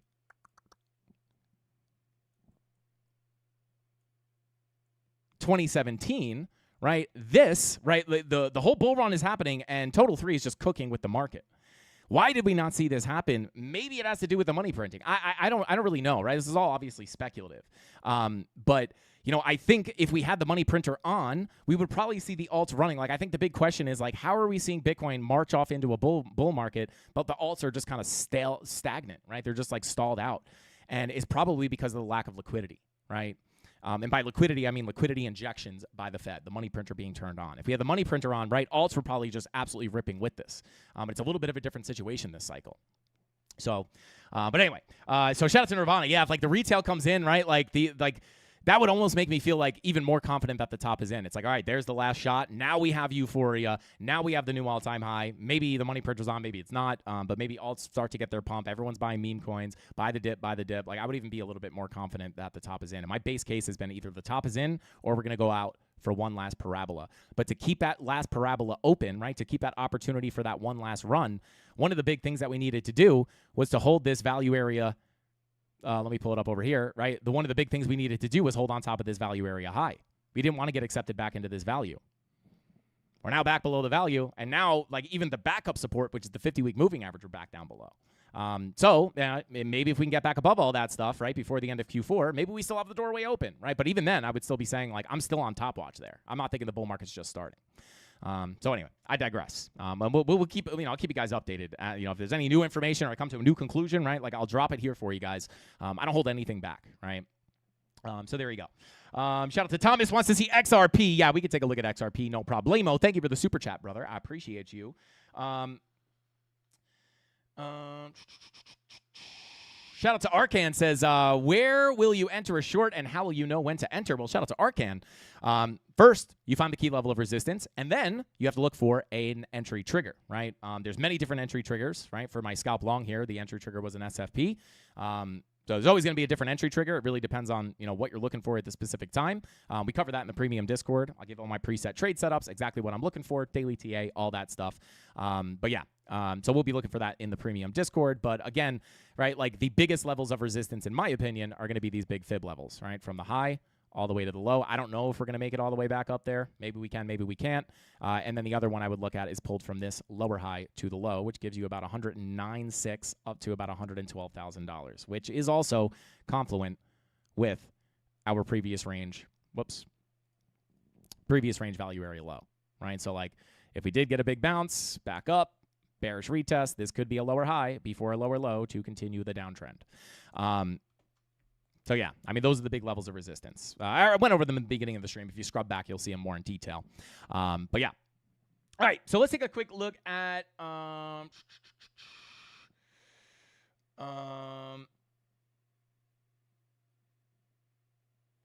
out to Madzilla said, have you talked about bear market targets? How low can we go? I mean, once we are more confident that we are in a bear market, I'll start looking at those lower targets. There's a couple different situations that I'm looking at, depending on if we see like a little bit more of a muted bear market or if we see the traditional 70-ish% correction to the downside. But I'll cover that as we get a little bit more, a little closer to being able to say like, hey, it's probably the top is in, guys. But it's a little too soon for that just yet. All right, so let's see. Shout out to the Matrix said, question, where can we learn to trade like you, Frankie? Do you offer a course? If so, I would like to sign up. Shout out to the Matrix Squared. That's not just one Matrix, guys. Matrix Squared. Shout out to you, brother. Well, hey, I got some good news for you. All the information, right, a lot of it. I have a premium Discord. It is not a signals group. I share my personal trade setups that I am waiting for. I will have the key levels. Like, just for example, I'm not going to mark this out in full. This wouldn't be, fair for the people who pay for the premium. But let's just say I'm waiting here. This is my next short setup. What I will do is I will set something up like this on the chart and say, hey, guys, the next shorts that I'm interested in are either here and here, or like maybe I'm looking for longs, whatever it is. I'll mark them out and say, hey, this is our next key level of support. I'm not looking for a short until we come up here, and then we see X confirmations, right? So if this and we get those confirmations, then I will take the trade to expect the move to the downside. And we, cover exactly where I think it will go. We do 2 live streams a week. But yeah, it's not a signals group. I don't just jump in there and say like, hey guys, buy now, sell now, right? If I take a trade, sometimes I'll let them know. But it is not a signals group. I'm not going to tell you where to buy and sell. You have to learn how to be a self-sufficient trader. So what I do is I teach you exactly how to find these key levels. I teach you exactly how to find the confirmations, the exact confirmations that I like to see in general, as well as in each specific trade. If I can front run the confirmations, I'll say, hey, if we have a, say, 4-hour bearish divergence up here with a liquidity sweep above X wick, then I'll look to take the trade. If not, then I'm going to wait for higher. So that's what I do, right? Spoon-fed trade setups. But again, to be clear, not a signals group. Or if you're looking to get into a Discord for someone to tell you, like, buy this now, put your stop loss here, it's like a fallacy. It doesn't work, and it's just not, I don't even think you can legally do it. I'm not an investment advisor, so I just share with you what I'm doing. I give you my spoon-fed trade setup, and you get the daily TA. That's probably the best place. But again, if you're just learning, don't even join the Discord. Like, and find me another YouTuber that'll tell you not to join their Discord, right? If you're just learning, please, for the love of God, I've worked so hard on this YouTube channel. There is infinite free value here. If you watch every tutorial on this channel, and we have the beginner series set up separate, so you could start at the beginner series and watch through that, and then go through the older tutorials as well. I teach you most of what we look for here on the live streams, right? You'll learn about money flow. You'll learn some of the trading strategies that I use. And then, like, once you go through all that, you've taken notes, you start to understand the TA, you understand how to read a chart, you know support, you know resistance, you know divergences, you know all this good stuff. Then you can take your trading to the next level, get into the Discord. But the good news is my entire YouTube channel is a free trading course at this point, right? It's not all in order, right? Which is nice about a course, which, I'm not going to, will be at some point available. But, the YouTube channel right now is probably the best place to learn. That's 100% free, right? So check that out. All right, let's see. It's not a meat market. Shout out to Stupid Bitcoin. I don't even know what that means, but shout out to Stupid Bitcoin. We got to change your name, bro. I'm telling you. I say this every time. But here we are, guys, on XRP. We looked at this yesterday. If you watch the stream, guys, here we are. Or I guess here we are. But what did we look at yesterday? I said it yesterday and I think in the beginning of the week as well. Are we about to see a $2.05 XRP? Money flow points towards it, and the volume profile pointed towards it, right? We knew this was our big key level of support. Support. Once we lost this, we were looking for a move to the POC and then the value area low. Here we are. We came down to almost tap that value area low perfectly today. Of course, this wick came and filled it in full. But that doesn't really change things, right? That wick settles where? Right at the POC, which was the next key level of support anyway. You get the bounce. This was our key level of resistance. Gave that level live on the stream for a continuation down. We lose the POC. Where are we looking? To the 786. And what was the thought process there? Well, it's, hey, if you lose the golden pocket, where's the next place for price to likely go? The 786. If you lose the POC, where's the next likely place for price to go? The value area low. Both those levels were confluent. So we could say to ourselves very confidently, if you lose this, we're probably headed down here. And we almost tapped that level perfectly today. So will we see a $2.05 XRP? It looked like that was the case. But right now we're just inside the profile still, right? So already gotten a nice little some kind of a bounce here. V-shaped recovery, guys. V-shaped recovery. But yeah, we tapped into the zone.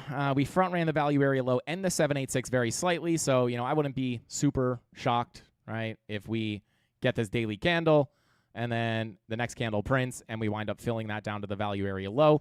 That is your key support to the downside 100%. $2.05 on XRP.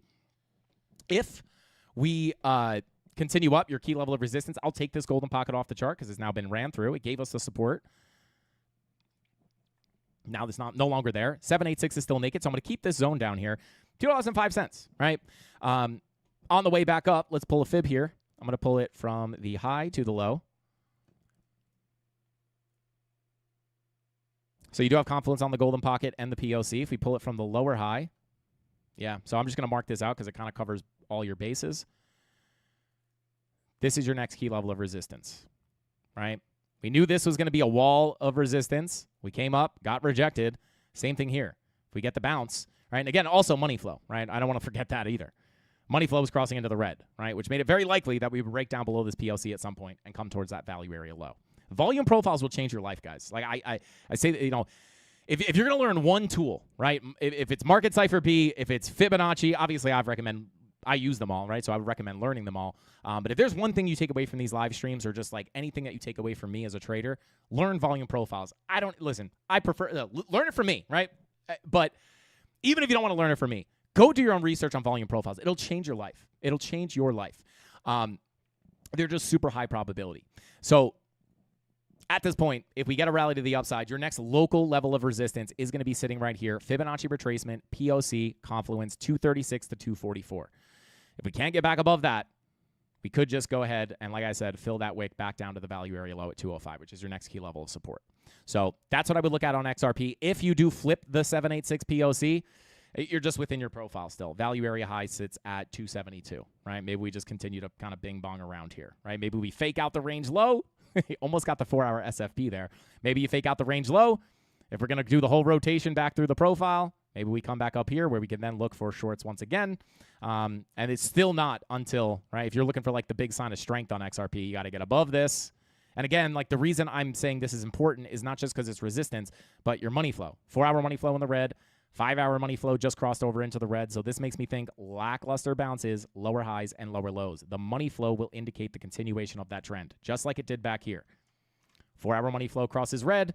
little bounce, lower high, massive liquidation. It's a little bit of a weird example just because of that liquidation wick. But anytime you see these 4-hour money flow crossovers, they do indicate lower highs and lower lows. Even here, right? It wasn't even that extreme. You get a bounce, lower high, lower low.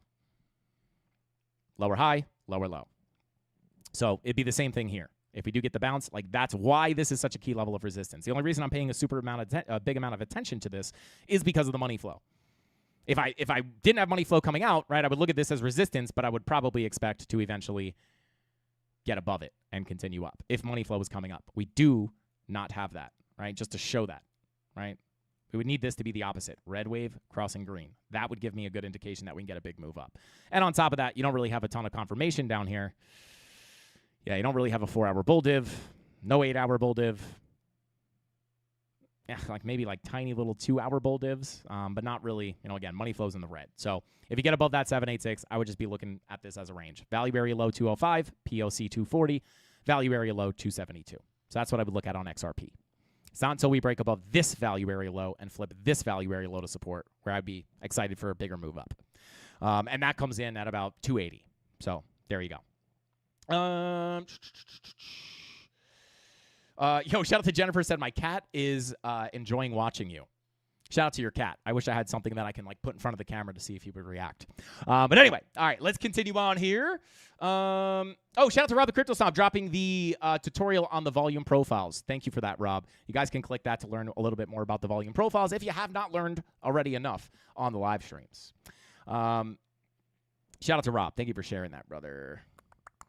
Shout out to Ajmal. Welcome in, bro. Welcome in. We got John in the chat. Said, take a look at Dot, please. What is your bottom prediction? Oh, God. Here we go. Dot. Oh, man. Oh, man. It's the whole wick, man.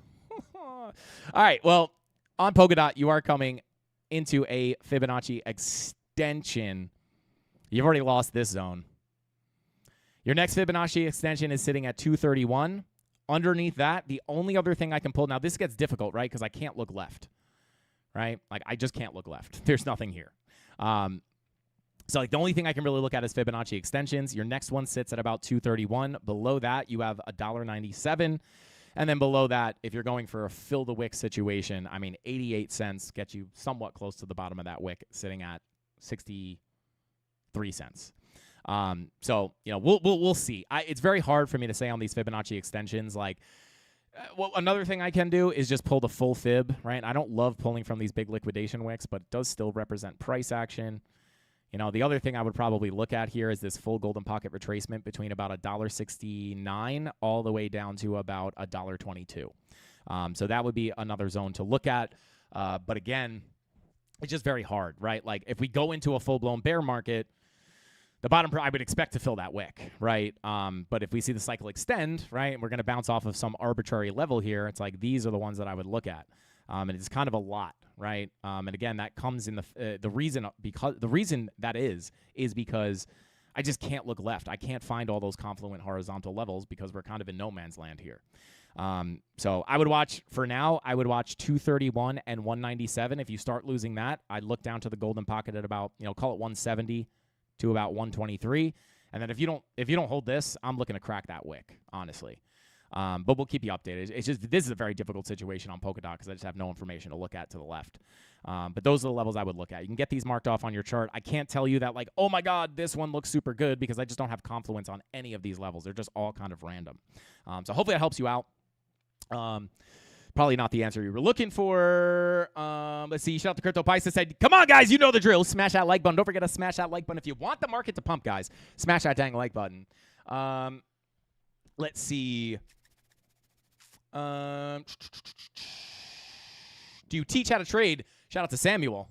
Welcome to the Candle Mafia, my friend. You're in class right now, brother. You're in class right now.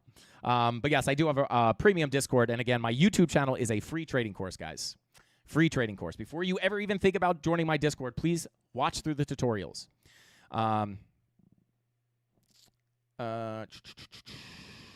Okay, yeah, ICP. Shout out to Crypto Billy. Wanted to see ICP. Whoops, that's IP. Let's take a quick look at ICP here. Where's our ICP chart? All right, nice little pop ski to the upside. I don't. All right, I believe, let me just make sure this is our ICP chart. That's Binance. Take a look at the Bybit chart. Coinbase. Yeah, I think it's that one. Only other one I would look at is this one. Okay.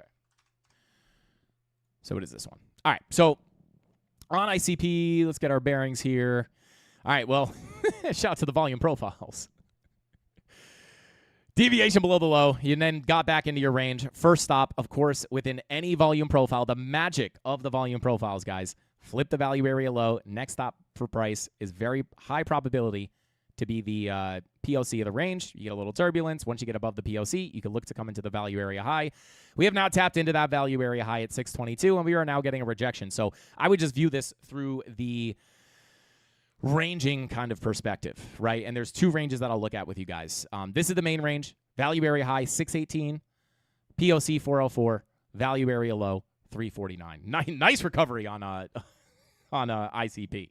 But again, this is your blueprint and your roadmap for price, guys.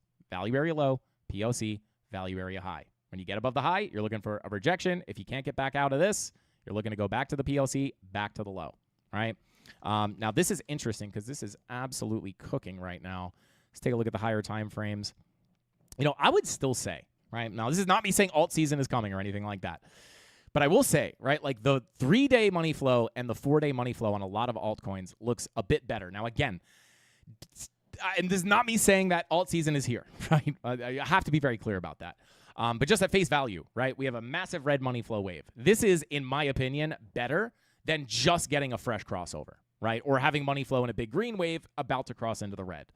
It could stay in the red for a long time, right? Doesn't mean it has to cross green, but like I would feel much worse about this if this was a big green wave about to cross red. That means that the massive drop down could just be getting started, right? Like that would mean like all this might just be getting started, right? But that's not the case that we have. 4-day money flow, still massively in the red. Nothing really to write home there about. Trying to come back up, but again, nothing really too aggressive. 2-day or 3-day has, again, it's coming back out here. We'll have to keep an eye on it. I don't know, did ICP get some news or something? Like, what caused this pop to the upside? Other than the fact that you filled the volume profile, it just seems to be a little bit out of out of the norm for a lot of these other alts. Whoops, let me pull it back up here. So I would say, I mean, your key level to break above is 100% going to be $6.16. Is this where I would look to long? No, right? For me personally, I would have to catch a long at the lows. If not, right, I'm too late to this move. I would have to wait for some kind of a retracement, either into the POC or the value area low. If we pull our Fibonacci retracements, let's pull it from the impulse to the low. You have a little confluence there. And then let me pull it from the scam wick. So these are the levels I would look at. If you continue to cool off, you have your POC underneath you. Now, if we take a look at the daily, daily money flow, again, not a fresh crossover into the red. As a matter of fact, money flow is coming up. That's actually really interesting. But you have your POC golden pocket sitting between 427 and 405. And then you have the 786 value area low and your macro golden pocket down here as well. These would be the biggest levels of support to look at, in my opinion. If you're going to get that daily money flow crossover, you could hold the POC potentially for a higher low. If not, you would look to hold the value area low for another rotation. But either way, I would just view this through the lens of a volume profile.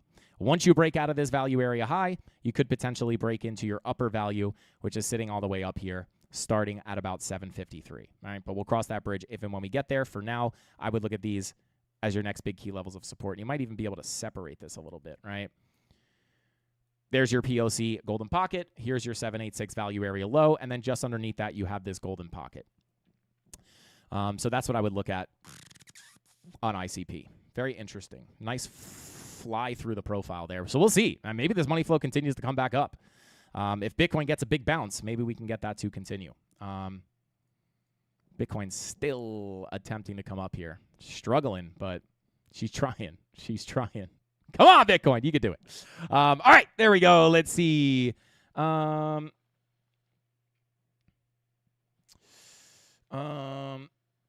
Trump is pumping today.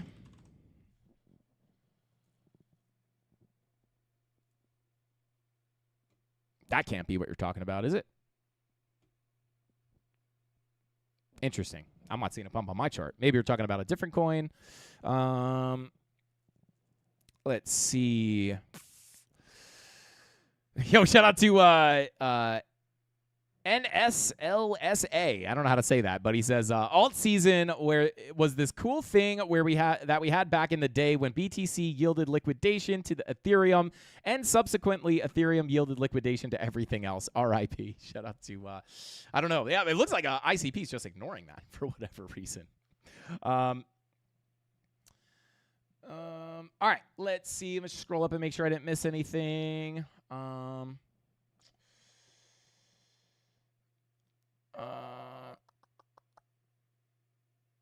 Shout out to Battle Juice, says it's 100K. What if it will just stay in that range for 5 years? What is everybody's problem? Greed. Shout out to Battle Juice. If Bitcoin stays in a range for 5 years, man, that would be brutal. That would be very hard for the YouTube channel, if I'm being honest. People would be like, I would watch, but I watched yesterday for the past, I watched every stream for the past 5 years, and it's all been the same. But yeah, let's check in on this little scalp long, up $1,300. Come on, baby. Push it. Push it. Give me a little payout here. I could be missing out on my extra gains for my short that I just closed. So, hey, we'll just try to scam those profits on the way back up. All right, let's see.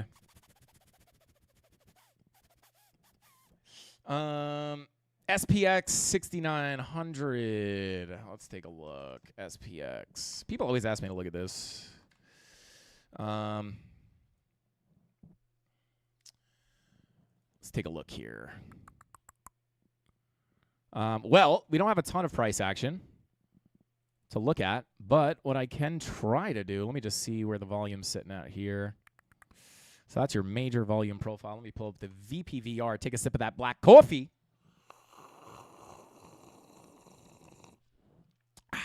All right. All right, well, there you go. I mean, you can view this on either profile, right? You had a little gap here, little gap here. High volume node, price sticks to the high volume node. There's your deviation above the range. Get back in, can't get out. POC is next. Just kind of thinking out loud here. Let's pull this as your major volume profile. Just give you the macro analysis on this. Major key levels to the upside and the downside. So POC sits at 51 cents, value area low at 39 cents, and then your value area high sits at $1.25. We just see if I have any high time frame MPOCs.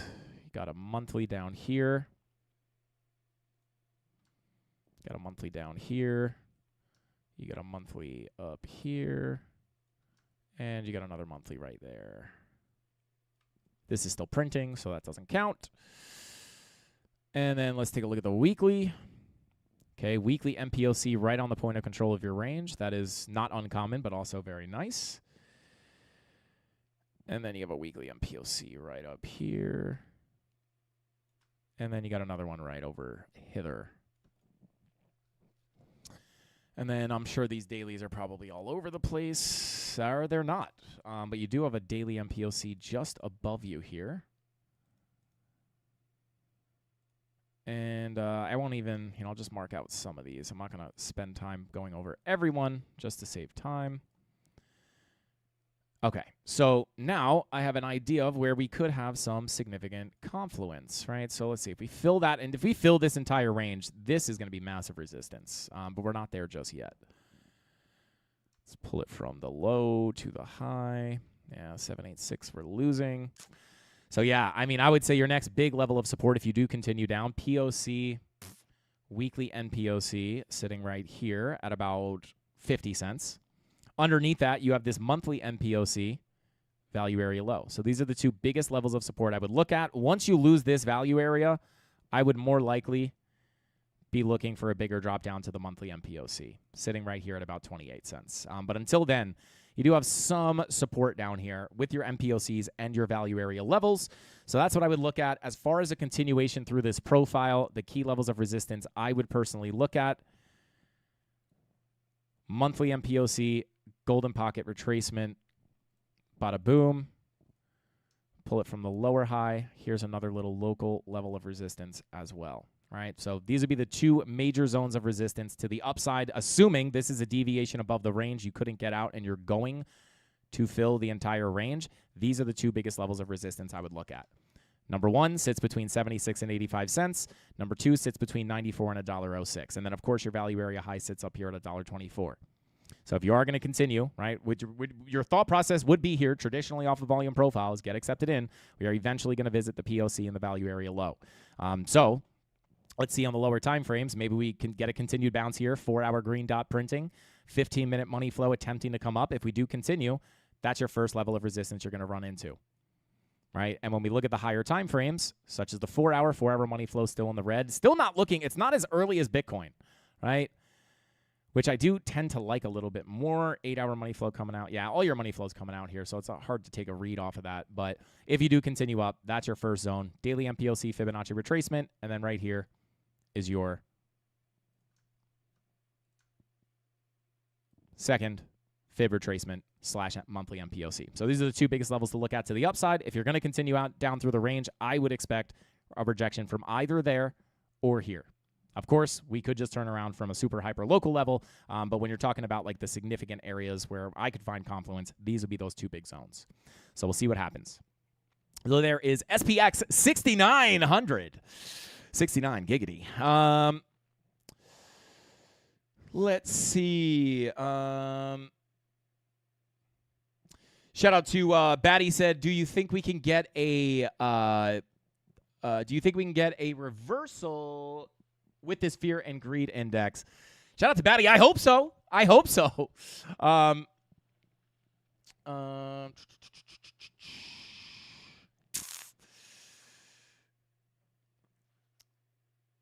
Yo, shout out to Rakan. Said, yo, Frankie, I don't know if you remember. Of course I remember you, bro. I might be the only YouTuber that knows literally almost every name in the chat. But he said, I used to chat here and make money. Shout out to Rakan. Let's go, babe. That's what I like to hear. Anyways, listen, I didn't get lucky, and I effed up big time. I'm in Jordan. It's tough. Basically, I saved $7,000 and lost it all. Can you help me? Shout out to Rakan. We can help you with the free education. Hopefully, we can help you make it back. Well, how did you lose the money, bro? Let us know. Shout out to Rakan. Sorry to hear that, bro. Is virtuals on its way to lower prices? I mean, listen. Let's take a look at virtuals real quick. I mean, at the end of the day, right? Aside from your outliers, right? Like, what was I looking at? Was it Dash? Something was ripping yesterday. Yeah, I mean, like, you do have outliers, of course. Not that this is putting in new all-time highs or anything, but, like, you will have outliers, but, for the most part, right? Like, I would assume, right, unless you have some kind of, like, separate narrative or it's, like, a very, specific outlying altcoin that it's just pumping, I would assume, right, like, unless we see an alt season come in, like, and Bitcoin continues down, right, if Bitcoin does continue to move to the downside, it would be high probability that most of the altcoins are going to follow. But when we look at it from a key level perspective, let me just get my bearings here of kind of what we looked at. So, yeah, this is our fib from the high to the low. Interestingly enough, we did get the rejection off that golden pocket, right? So you basically got the big drop down, you've come in for that big retracement, and you're rejecting off that golden pocket. So right now, I would say your key level of support, and we could take this golden pocket off the chart now as well. It's already tapped. I don't expect that to hold up a second time. So, yeah, I mean, your key level support here is going to be $1.22. But look at your money flow. 4-hour money flow is crossing into the red. I just have to say, like, the higher probability there is that you will get lower highs and lower lows. Of course, like, not financial advice. This could be wrong. There are times where, like, look right here. Perfect example. Kind of funny that it was right down the, like, right close to the price action. But you can see here, right, money flow's coming out. At that point, right, you're probably anticipating lower highs, lower lows, or I'm sorry, lower highs and then lower lows. But what happens? You kind of scam back into the green. But even this, right, you've already been in the red for so long. So when I try to look for fake outs on money flow, it's very difficult. But some of the things that I like to look for is, like, does it make sense for this to be a fake out, right? In this case, it kind of does, right? Because we had been in the red for a long time, since September 2025, right, or September of this year. you stay in the red, right? So you've had a massive red money flow wave, and it's just starting to cross over into the green. So it's like you could look at that and say to yourself, well, hey, maybe that is a fake out into the red. The problem with Bitcoin, right? You might be saying, well, like, why can't that be the case for Bitcoin? Well, it's because if you look at the 4-hour on Bitcoin, we've actually like already had a big red wave, then we had a nice green wave, and it might be time to spend a little bit of time in the red. So that's kind of where that thought process comes from. So like, could it fake out? Of course. But you have now spent a decent amount of time in the green. So, could it be a fake out? Maybe. But I would probably take that at face value for a lower high and a lower low, just like everything else. Of course, until proven otherwise. If it fakes out, then great. And again, like just like yesterday, guys, I didn't want to be right yesterday. Of course, wake up and realize, dang, the charts were right. But I will pray to be wrong today too, right? Like I hope we come up here tomorrow and, don't get it twisted. We can still get significant bounces without me being like, oh my God, it's bullish. Hopefully we wake up and we're just scamming up, right? But obviously that's going to be the lower probability. So yeah, key level of support here, $1.21. If you wind up losing that level, I would be inclined. Pull up the VPVR real quick.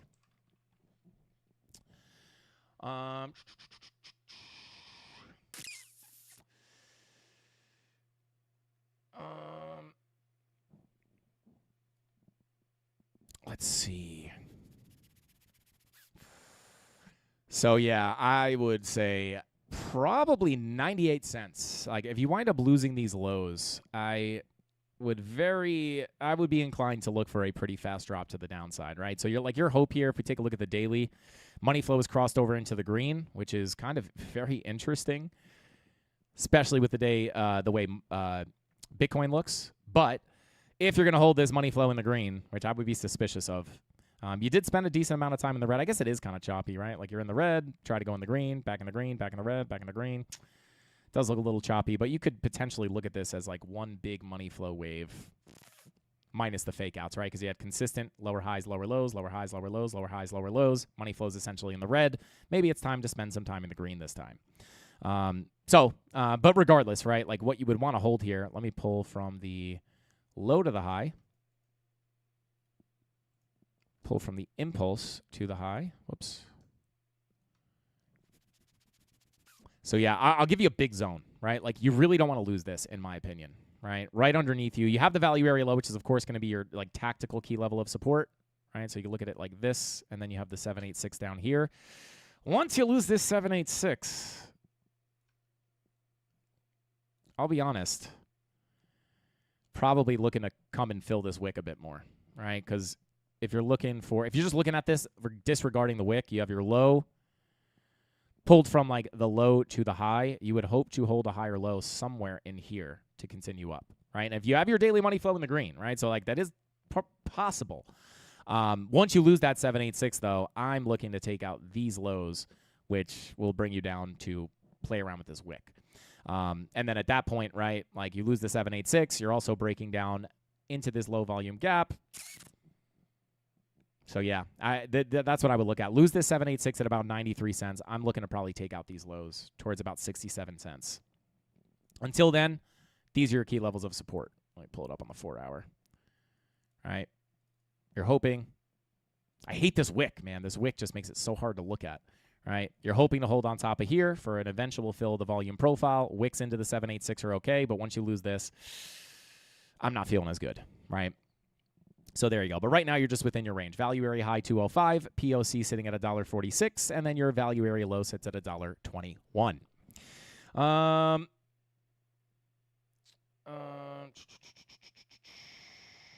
Let's see.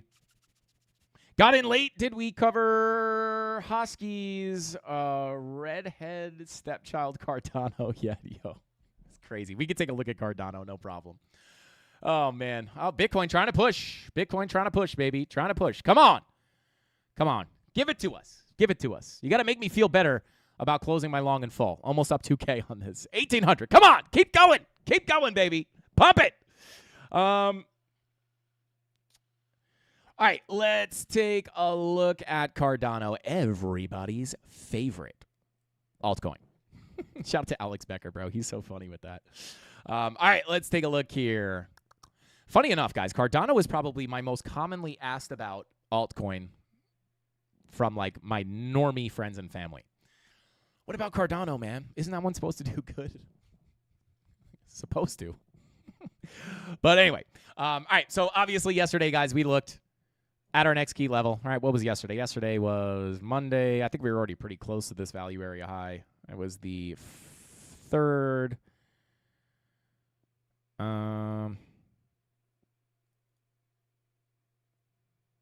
Yeah, so we were already playing around with this level. So, yeah, we are look at that. We are trying to hold this zone, guys. We don't want to lose this, just like Ethereum, guys. We had the key value area high down below. If we can't hold this and we cannot get back above this value area high, by the way, sitting at 54 cents, the next level I'm going to be looking down to, very similar to Ethereum, is just going to be the golden pocket, which right now sits right here, 45 to 43 cents. If we can't hold that, I'm more inclined to look at the POC just because of the 786 confluence there. So this is like an intermediary level. I would favor the POC 786. And that, again, that's if you can't reclaim this value area low, or value area high, right? Can't get back out here. Technically, golden pocket is next. But the level I do like better, you could definitely get bounces off of this. And at the end of the day, it could be the bounce. But I would be more inclined to look down towards where we have a little more confluence, which does sit here between about 39 and 37 cents on the POC 786 Fibonacci retracement level. For the pushback up, like if you can get back above this value area high decisively, I would really like to see a push above this value area low, right? Like I would really just, because at that point, you're just still between your two value areas. You either are going to get acceptance below into the lower range, right? I'll pull it up from a higher time frame so you can get an idea of what we're looking at, right? Here's your lower value. Here's your upper value, right? We are either going to get accepted back in here for the push up, or we're going to get accepted in here for the push down. Money flow, from a high time frame perspective, look at this 2-day money flow, guys. This is crazy. Red, green, red, green, red, green, red. It's crazy. Hard to take any kind of legitimate analysis off of that. Daily money flow is in the red. 3-day money flow is in the red. 4-day money flow back in the red. Let's take a look at the 4-hour, right? Like more tangible, lower time frame. Yeah, I mean, listen, you don't have any divs here just yet. You might print one here locally. It's not that pretty. But again, like this, in my opinion, like what do we have here? You have the trend to the downside accompanied by a nice big red money flow wave. I actually prefer to see money flow like this rather than just crossing over into the red, right? Because like that means if it's just crossing into the red, that means that the trend is probably just starting to the downside, right? So although money flow being in the red could indicate that the trend will continue to the downside, it's much better than if it was in a green wave just crossing red here. So you're at support. You got to hold above this level. 50 cents, right? We lose 50 cents. I'm going to be anticipating 45 to 43 cents at that golden pocket. Lose that coming down to the POC 786 between about 38 and 37 cents. Got to get back above here. And even then, it's like I'm not really that excited, right? We might just kind of continue down. But really what I would like to see, let's get rid of this, right? I would really like to see a push out of here and then a flip of this value area low. And honestly, the real sign of strength would be getting above the POC. But we'll cross that bridge when we get there. But these are the biggest levels. Above you, if you get a massive rip up, 65 cents. If you get a local rip up, 54 cents is your first major level to get above. If you lose this, we're looking down to the golden pocket and the 786. That's what I would look at on Cardano. Money flow on the daily, still in the red here, right? Still looking a bit bearish. So we'll see. I mean, critical level of support. It's the same thing we looked at on XRP, right? It's like if we break down, right, we lose our key support, which is the value area high, we're looking to go to the POC and the value area low. We did that all in one wick. If we get accepted here, we're just looking to fill that wick in that same trajectory, which would be POC, value area low. You need to get out of this range. You do not want to get accepted here. Doorway to lower prices, doorway to higher prices. So there you go. That's what I would look at on Cardano or Cardanzo, as our boy Jimmy Boy Kramer would say. All right, let's see. Yo, shout out to shout out to Fudd. Says, why do you think Zcash is crunk? Let's take a look. Oh my God, interesting. Alt season. Alt season, guys. Clearly it's alt season. How could this not be alt season? I'm just kidding. Interesting. I mean, I couldn't really give you a fundamental thing or like a narrative thing, but she's screaming. Is this a new all-time high for Zcash? Hang on.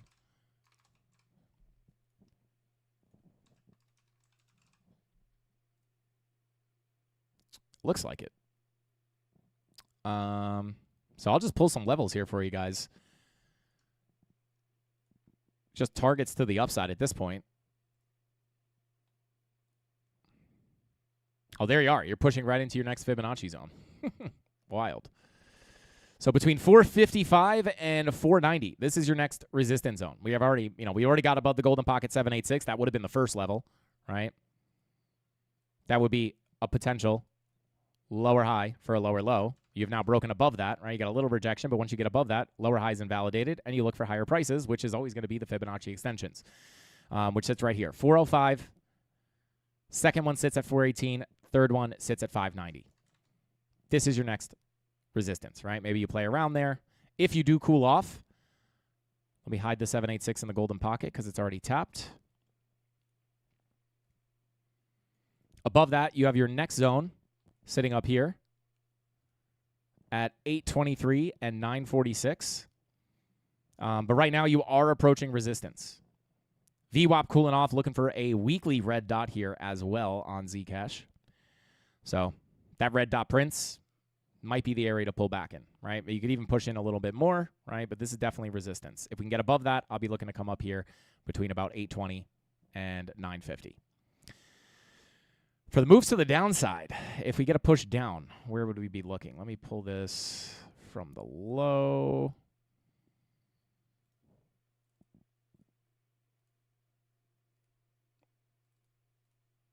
Come on. Come on, volume profile. You can do it. You can do it. All right.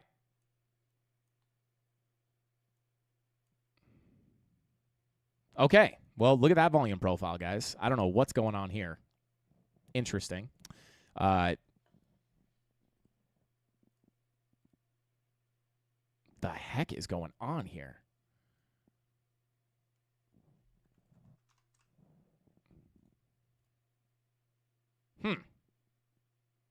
Interesting. Wish I could pull that much cleaner, but it doesn't look like that's the case. All right, so I'll pull some fibs. Pull it from the start of that impulse to the high. Yeah, I would just have to assume. Like, why? Should we do some surgery here real quick, guys? Value area high, 180. Value area low, 94.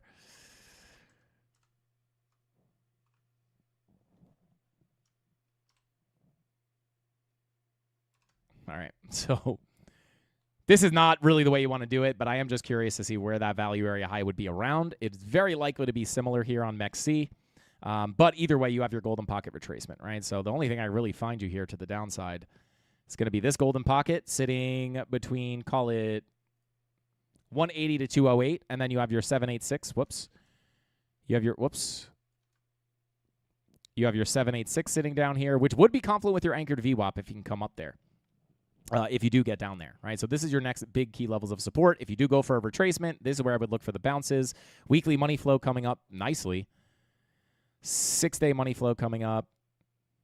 2-week money flow coming up. Wow, look at that. That's nice. Interesting. It's just like couldn't look any more different than a lot of other stuff. But yeah, those are the key levels of support I would look at. If you're looking for potential retracements for higher lows and higher highs, these would be the places to look, in my opinion. So there you go. That's what I would look at on Zcash.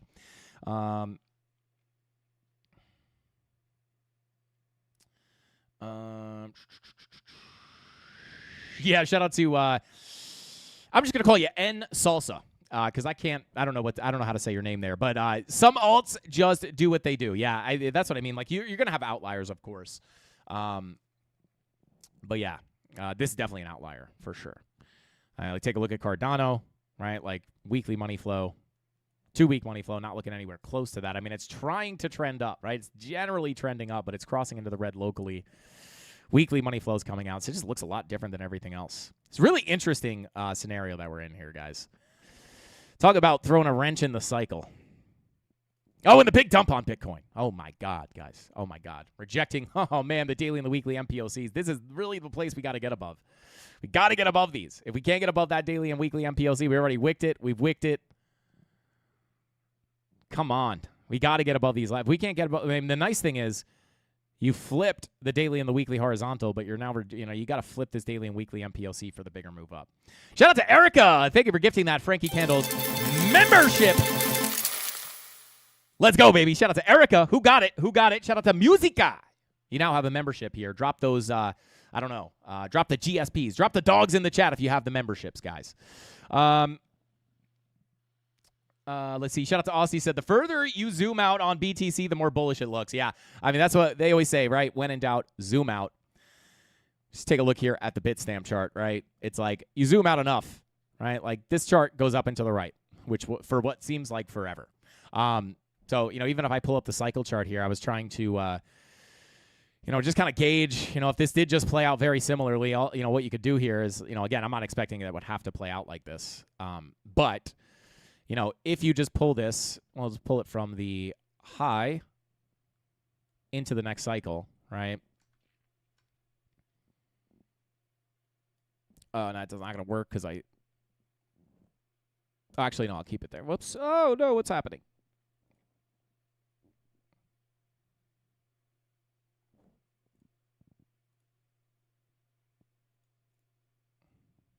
Come on.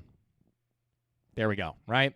It's like, if the cycle just repeats, right? Like you're probably looking for something like this. And I'm not saying you can't go higher than 200K next cycle, but yeah, I mean, it's just like the repetitiveness of these cycles is insane, guys. 526 days from the halving to the top. 546 days from the halving to the top. 530 days from the halving to the current top right now. This is what has me a little bit shook, right? Especially with 2026 coming up, which would be expected to be a bear market year, unless something is totally different. And again, my kind of this time is different scenario is like maybe this time is a little different, right? Maybe this is still going to be a macro top. Again, we still have chances to come up for one more all-time high. It's not over just yet. But if we do just see it come down here, it would make a lot of sense, right? 2026, we come down. Maybe it's a little bit of a muted bear market. I'll go over this in a deeper dive video. Of like what could cause that, right? We have institutions in. We don't have a ton of like crazy retail in here to panic sell. Maybe that mutes the bear market a little bit. Maybe we don't see a 75% correction, right? And the fact that just every cycle, the pumps and the dumps get less aggressive, right? 84%, 77%, right? Maybe this is double muted because we don't have all the euphoria that we had in these other cycles and we have institutions in. And then maybe it gets cut short. Maybe the bear market gets cut a little bit short if it runs into the middle of 2026 and they replace Jerome Powell with someone who's going to aggressively start printing money. Maybe it gets cut short, right, for multiple reasons. And then like this is still a massive dump to the downside, but not a traditional 75% correction. And then the money printer starts, and then maybe everything goes back up. Again, thinking like super far out in the future. That's super speculative.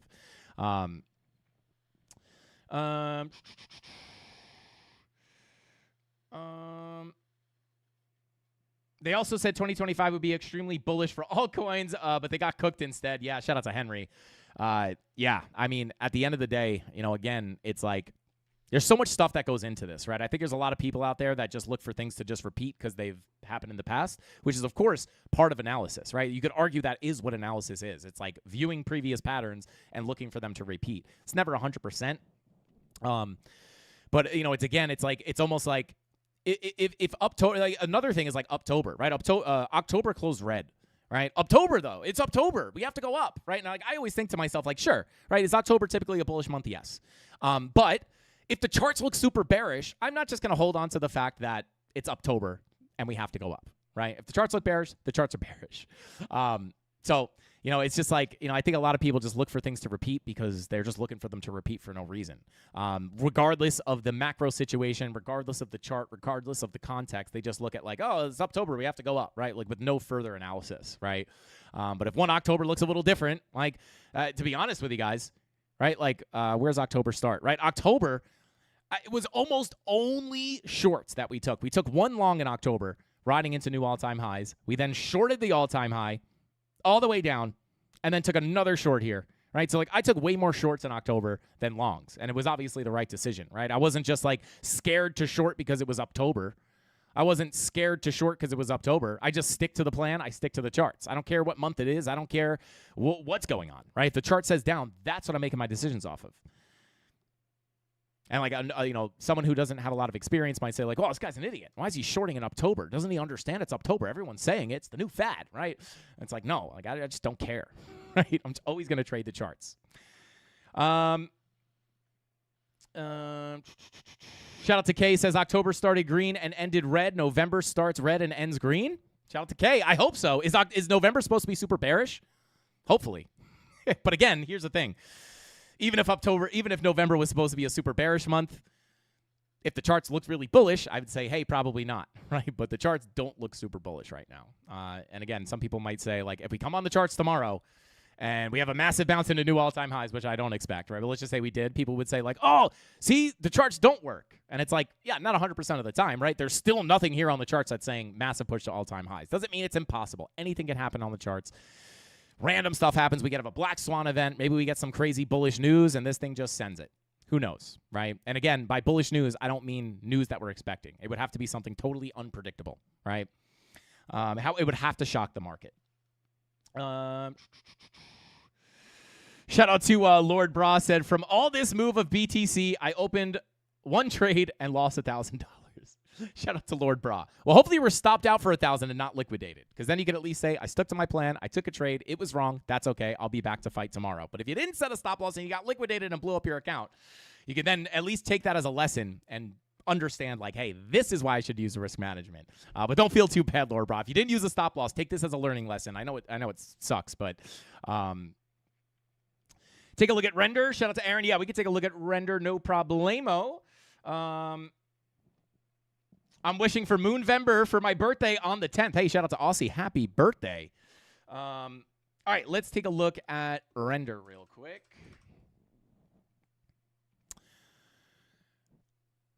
Come on. Even the computer is, even TradingView is sick of this. Let me pull it up on my alt chart. Where's it at? Render. All right. Very similar to Cardano, if I'm being honest, right? Here's your key level of support, macro value area high. It's like, guys, these volume profiles are going to put me out of a job. This is your key level of support. You bounce. You tried to bounce. You get accepted back in. You lose the value area high. Next place for price to likely go is the POC, sitting at $1.73, essentially where we are right now.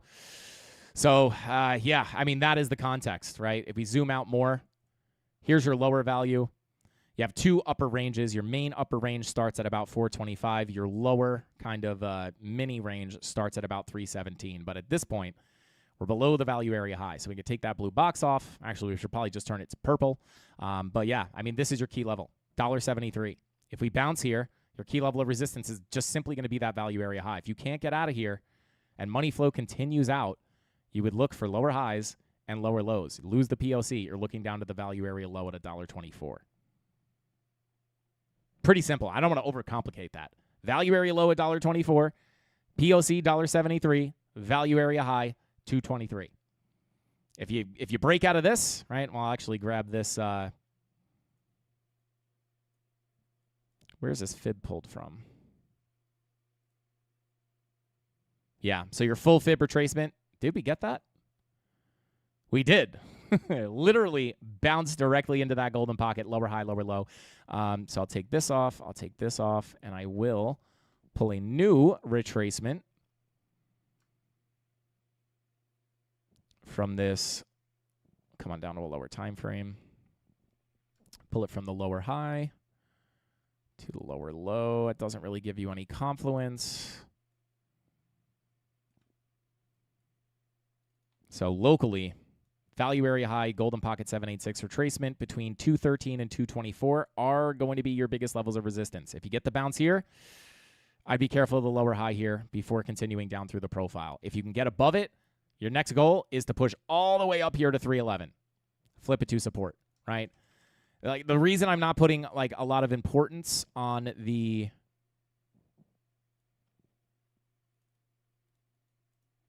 in between these two profiles is just because it's no man's land, right? If we get back up here and flip this to support, It's like you could still just be looking for your bigger Fibonacci retracements, which would be pulled from here to here, right? So I'll just mark this out as an extra level. Here's your next extension if you get out of the value area. Once you get above that, really like wake me up when we get up here. Then we can look for the bigger rise to the upside. Until then, I would be careful of getting accepted into the range and filling it in full. Even if you come up here, got to be careful of those rejections. But the biggest level to watch, 213 to 224. Get out of there, starts to look a little bit better, but you still have a lot of work to do before you get back into that upper volume profile. Yeah, 2-day money flow coming out pretty aggressively. 4-day money flow kind of flat. 5-day money flow kind of flat. 6-day money flow coming out. Yeah. Just got to let things settle here. It's not a lot of structure, right? Like this wick kind of throws things off too, right? And then, yeah, it's like we need some kind of like clean structure, right? Like we need some kind of a range or something to form. Other than that, it's like I could just look at these volume profiles. But that's what I would look at. Got to get above here. 221, 220, 223, right? Like if you can't get out of there, like I would look to come back down through the profile. Key support locally, $1.73. All right, let's see. Shout out to Jesse. Thank you for the super chat, bro. He says, I think we're able to double the likes. Do it now, guys. I think we let's go for like 1.5 mil. I don't expect a lot of people to hit the likes with the dumping market, so we'll go for 1.5 million likes, guys. That's half of our typical goal. Shout out to the Mafia. Smash up that like button, guys, if you appreciate the free content. Let's go.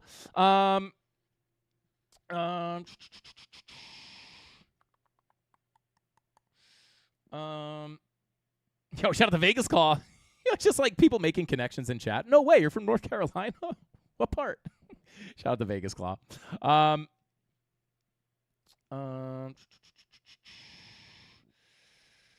I am way behind here.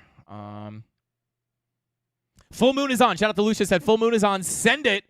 Or we are on dark side of the moon. Shout out to Lucia. All right, well, there we go. If it's a full moon and that's supposed to pump it, let's root for it. Let's hope it happens. Shout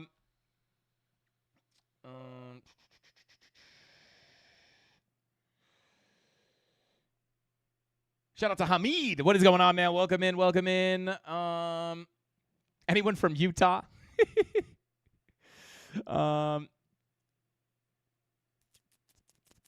Let's see. Carrie Stressel in the chat. Shout out to Carrie Stressel and Hotline Pepper Products, guys. Shout out to Carrie. Just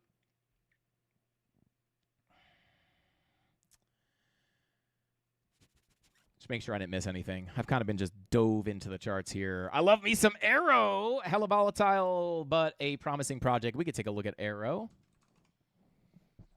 And things don't forget, guys, things can change very quickly in this market. It's like it's all doom and gloom, right? Which, of course, the charts are pointing to. But, you know, it doesn't take a long time to just see this thing flip on a dime. I'm not saying it's going to, but it's like I'm never shocked, right? Like it's very hard for crypto to shock me, which is a part of what keeps me on the right side of everything, right? Like in a bull market, I'm confident it's a bull market. Like a little 30% correction, it's like things, oh my God, all-time highs. Oh, and we're down 30%. What's going on, right? But like once you've been through multiple cycles, it's like, I've been through this before. It's like, this is normal, right? Like you're going to have to dump more than 30% to scare me on Bitcoin. But let's take a look at Arrow. I think I might have a ticker here. Maybe not. No, there it is. We have not looked at Arrow in quite some time. So let's see. We're going to have to clean up these levels. This is old. This is old. This is old. This is old, old. I mean, here we are. This is almost the same situation as like almost every other coin. In between the two profiles. Here's your lower value. Here's your upper value. So very simply put, here's your doorway to higher prices, which we've now rejected from $1.04. Doorway to lower prices, sitting at 77 cents, almost 78 cents. About 78 cents. It's what we're tapping right now. You don't want to get accepted back in here. Like the one nice thing is the POC is not far away, right? We've already almost gone down to the POC. Sits at about 67 cents. This is your, there's a daily here and a point of control. The only thing I don't love here is look at this anchored loss of the anchored VWAP, right? This massive anchored VWAP from the April lows here holds you up, holds you up, holds you up, holds you up, keeps that uptrend going. And not going to lie here, guys, it honestly, like, this didn't look bad, right? Like talking about like charts are not 100%. This 3-day money flow crossover after filling this entire range. Now, of course, you'd look for a rejection at the value area high and look to go back down to the value area low. But like, look what money flow looked like as you were testing this value area low. Like any day of the week, I'm looking for a higher low and a higher high, and it just rolls over, right? Of course, it's not just the money flow that you can look at. Obviously, context across bigger markets, right? Looking at Bitcoin, right? Like, obviously, this stuff comes into account, but it's like this would have looked really good for a higher low and a higher high, if I'm being honest. But you just don't get it, right? We lost the range, and now what's happening, right? You would hope that you hold on top of this anchored VWAP, and we have lost it, broke back out, and now we're back below it. So this is going to move around. This anchored VWAP is going to move around. It's currently sitting at about 89 cents.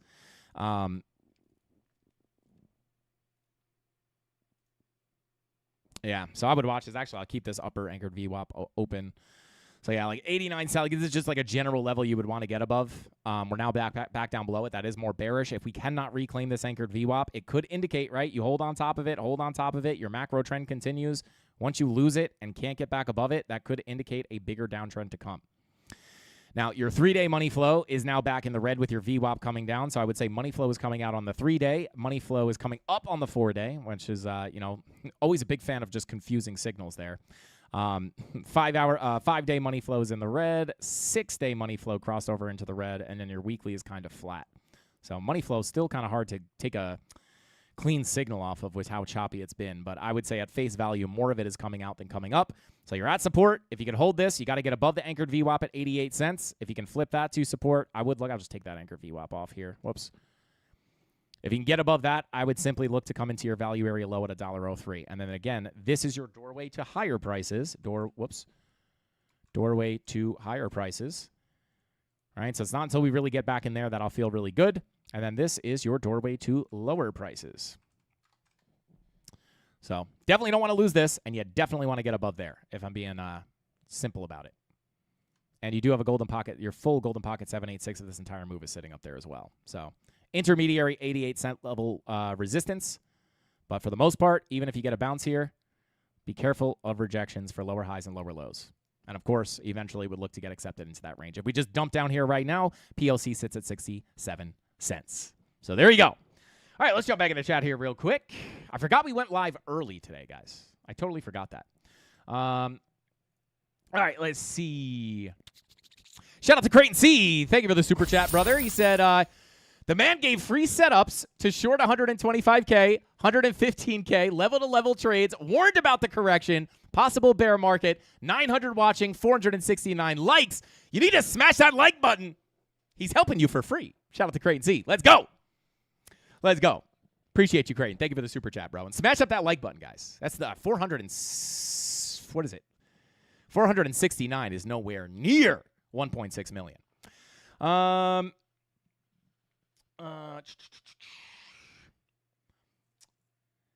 Good night from Switzerland. Shout out to Lord Bra. I don't know if you're saying like hello, good night, like good evening, or if you're saying good night, as in you're out of here. Shout out to Lord Bra. Have a great night, brother. Are we getting the Santa rally, or is Santa's bag? Are Santa's bags empty? Well, if he's been buying crypto, his bags might be empty, brother. But hopefully we get a Santa rally. We always talk about the Santa rallies when Christmas comes around.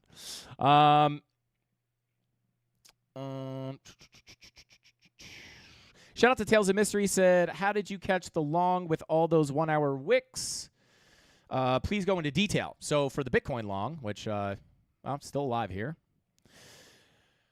Let me pull it here real quick. Shout out to Tales of Mystery. So let me mark out the wick real quick. Quick wick, Mark. Mark the wick quick. Right hither. And I was looking at the 30-minute SFP. We actually already had gotten a little SFP of it, but I was waiting for one more last drop down and then took it here. I don't think my entry was exactly on the level, but that was the idea, right? And let me just pull up that 50-week real quick.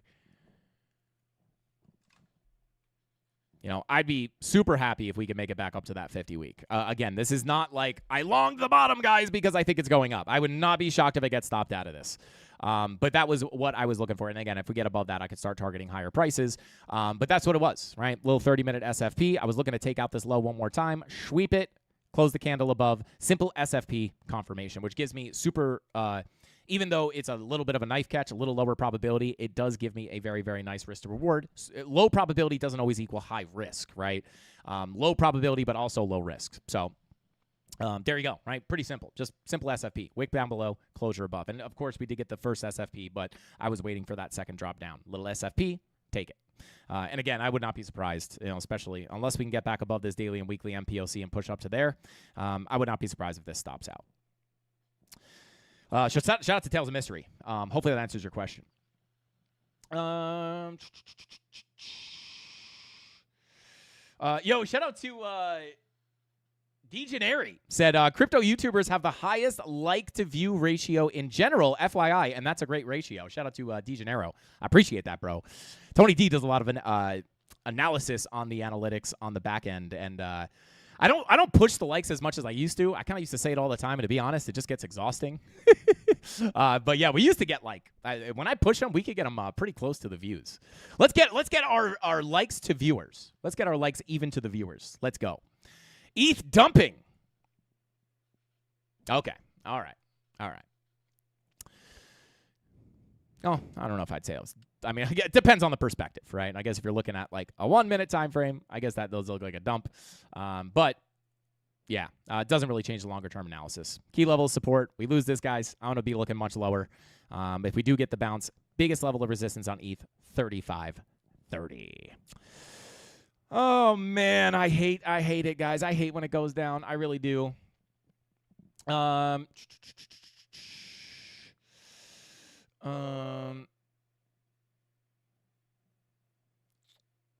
at a key level, you look for a 30-minute SFP or bull div. Shout out to McKay. In that specific scenario, in the case of this specific trade, that was what I was looking at. But it won't always be that, right? Like, if I look for, I don't know, let's just say like we come up, right, and then we come down to like a golden pocket, and I'm looking for a long off that golden pocket.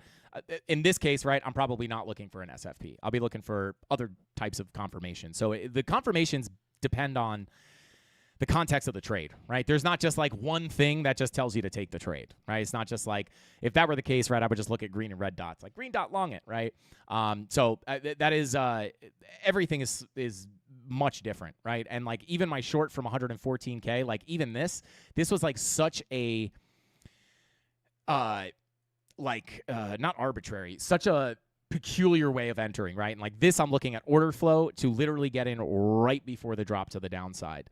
So in like a lot of the times, right, like the original setup that we had in the premium Discord for that short from 114K, let me just bring it up real quick. Where's my local range? There we go. It was a little different, right? I believe this was the local range. What we were looking for here, which is, when you look at the volume profiles, typically, it's just a value rotation trade, right? Like I'm always looking at shorts above the highs, and I'm looking for longs below the lows, right? In anticipation of coming up to the POC, in anticipation of coming down to the POC and down to the value area low, right? Because when you're above the volume profile, this is the fair value, right? This is where buyers and sellers agree this is a fair price for the asset. So when we go above it, that's expensive. This is where I want to look for shorts. And this was kind of the original setup in the Discord. If I had it pulled up already, I would show it actually in the Discord, but I don't. So in this case, what we were looking for were bearish divergences and SFPs.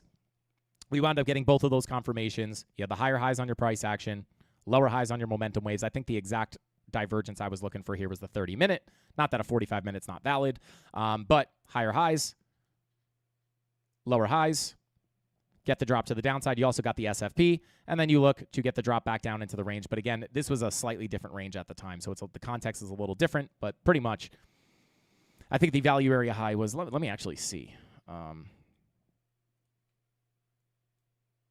Yeah, so like the profile was up here. So we were looking for a deviation above, right? So you get the bearish divergences right into your value area high. Well, that's telling me, hey, we could look for a rejection back into the range. If we get stuck back in there, went for another test. If you can't get out, you're looking for a move down to the POC, lose the POC, go down to the value area low. Now, that was the setup in the Discord. I was sleeping because as we came up to this level, it was actually, I think, 2:30 in the morning. Yeah, like 3 a.m. So I was not here to take that trade, although it was the setup in the Discord. So I actually had to wait for another drop down, right? Another push up, and then I caught the move right up in here, right before we actually started getting that bigger drop to the downside. So there's always different confirmations. It depends on the context of the trade. Sometimes they're SFPs. Sometimes they're bull divs. I like to see both. Seeing both is actually really, really nice.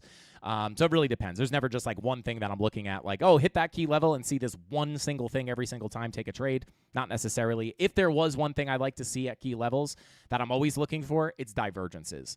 But again, it's not as easy as just seeing a divergence and shorting, right? It is that easy if the context is agreeing with you, but you can't just short every bear div that you see. It's like I'm always waiting to be at a key level, which is typically the value area high. And then, of course, your money flow has to be on the right side as well, right? You could have a bearish divergence forming. Like, let's just say, for example, you have a massive uptrend, right? And like price is just pushing and price is pushing, right?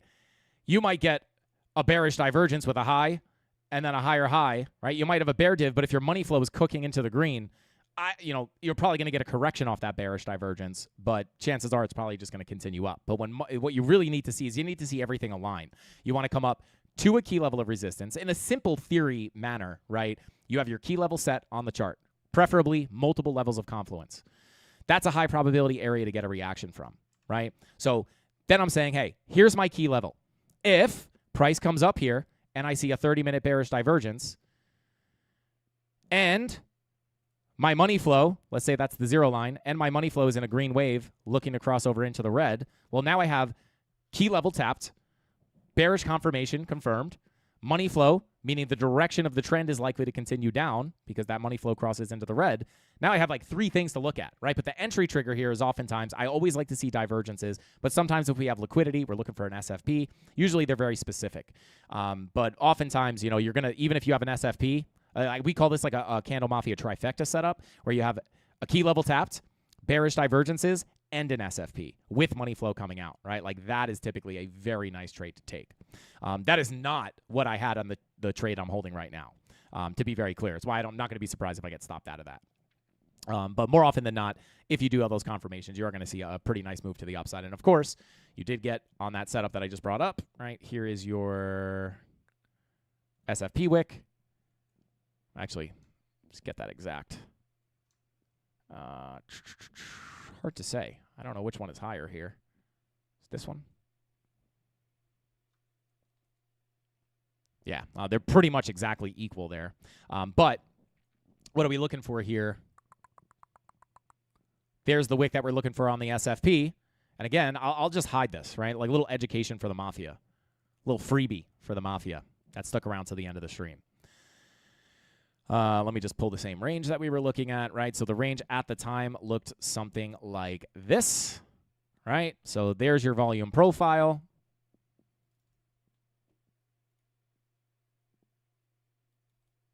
Whoops. Right? Price comes into the key level, right? So I'm waiting for an SFP. I'm waiting for my key level to get tapped. Bearish divergence, SFP. Back into the range, can't get out. One last test, can't get out. POC, value area low. There's your volume profile trade. So more often than not, a lot of my trades are in the context of a volume profile, obviously, right? And then your clear path for where you're expecting price to go next is very clearly going to be get inside the range, POC, TP1, value area low, TP2. And then that would be about a 5% move to the downside. And there's plenty of money to be made on a move like that on leverage, right? Now, personally, I close my trade here, right? And why, right? Using money flow to continue managing that trade, right? The idea is to go from the value area high to the value area low. But once we get to that value area low, what is my money flow doing? My money flow is very clearly trending to the downside. Even on this fake out, it's just a lower high. So what am I looking for? I'm looking for a lackluster retracement, lower high, lower low. So I could say to myself, hey, if that money flow crosses red, I can look to continue looking to the downside for a much bigger drop. And the target there would be below this wick. And I closed mine here for about $6,000 in profit. But like even a move from here to here, it's like 2-3K. I mean, depending on your position size, it's not gonna be like that for everybody. But Like, you don't need to catch the absolute top or the absolute bottom. I mean, we did short the all-time high, but I closed that trade already, and then caught another one right here, right? All you need are these little ups and downs, right? Like these singles and doubles will make you a millionaire, right? You don't always have to swing for that massive trade. I let the home runs hit me by surprise, right? Just these little moves up and down, right? These little ebbs and flows, these little trades can make you a ton of money day to day, right? That's why bear markets don't scare us, right? Because as long as price action keeps doing this, moving around, right, we're going to be able to make money. So Bitcoin getting a little bit of a turnover here, a little bit of a correction. Guys, I started like 45 minutes early almost, and we're still just going late. But that's okay. But we'll see. We kind of really need this 15-minute money flow. If you're going to get a continuation up from here, guys, you're going to have to look for this 15-minute money flow to cross into the green with our 4-hour green dot printing. So you have the 4-hour green dot printing, need this 15-minute money flow to cross green. If you get that crossover into the green, we can look for the continuation up. 50-week moving average sits at about 103K. It's going to be a big level to watch. If we can flip that, we can start to look at some of those higher targets. But like I said, I would not be surprised if I get stopped out of this long position. This is not a long where I'm saying, oh my God, I longed the bottom, guys. This is the bottom. This is the bottom. I really don't feel super nice about this, to be honest. You have the bull divs, you have the 30-minute SFP, but again, it's like you look at your 4-hour money flow just starting to cross into the red, right? So the idea here would be scalp for some kind of a lower high and a lower low to come. Again, doesn't mean you can't make money on these moves up, but the context is very important.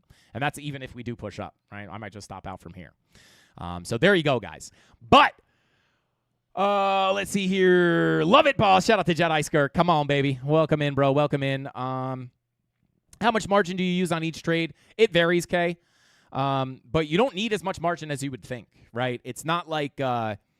you know, and it's also very important. If you want to learn, shout out to Tony D or Rob, if you guys, or Tony, if you could drop the only leverage trading tutorial you ever need to see. It's in the beginner series. If someone could drop the link for that video in the chat. If you guys want to learn how to actually use leverage and not gamble, you can totally gamble leverage trading. But if you actually understand how to use leverage correctly, it's not gambling, right? Like, I am not going to get liquidated. I'm not saying I've never been liquidated, right? I obviously have been liquidated. But anytime, if I ever get liquidated, it is simply because it is my fault, right? It's not because leverage is dangerous. If you set a stop loss, you will not have to ever worry about liquidation. You're going to get stopped out at a small loss before the liquidation comes anywhere near.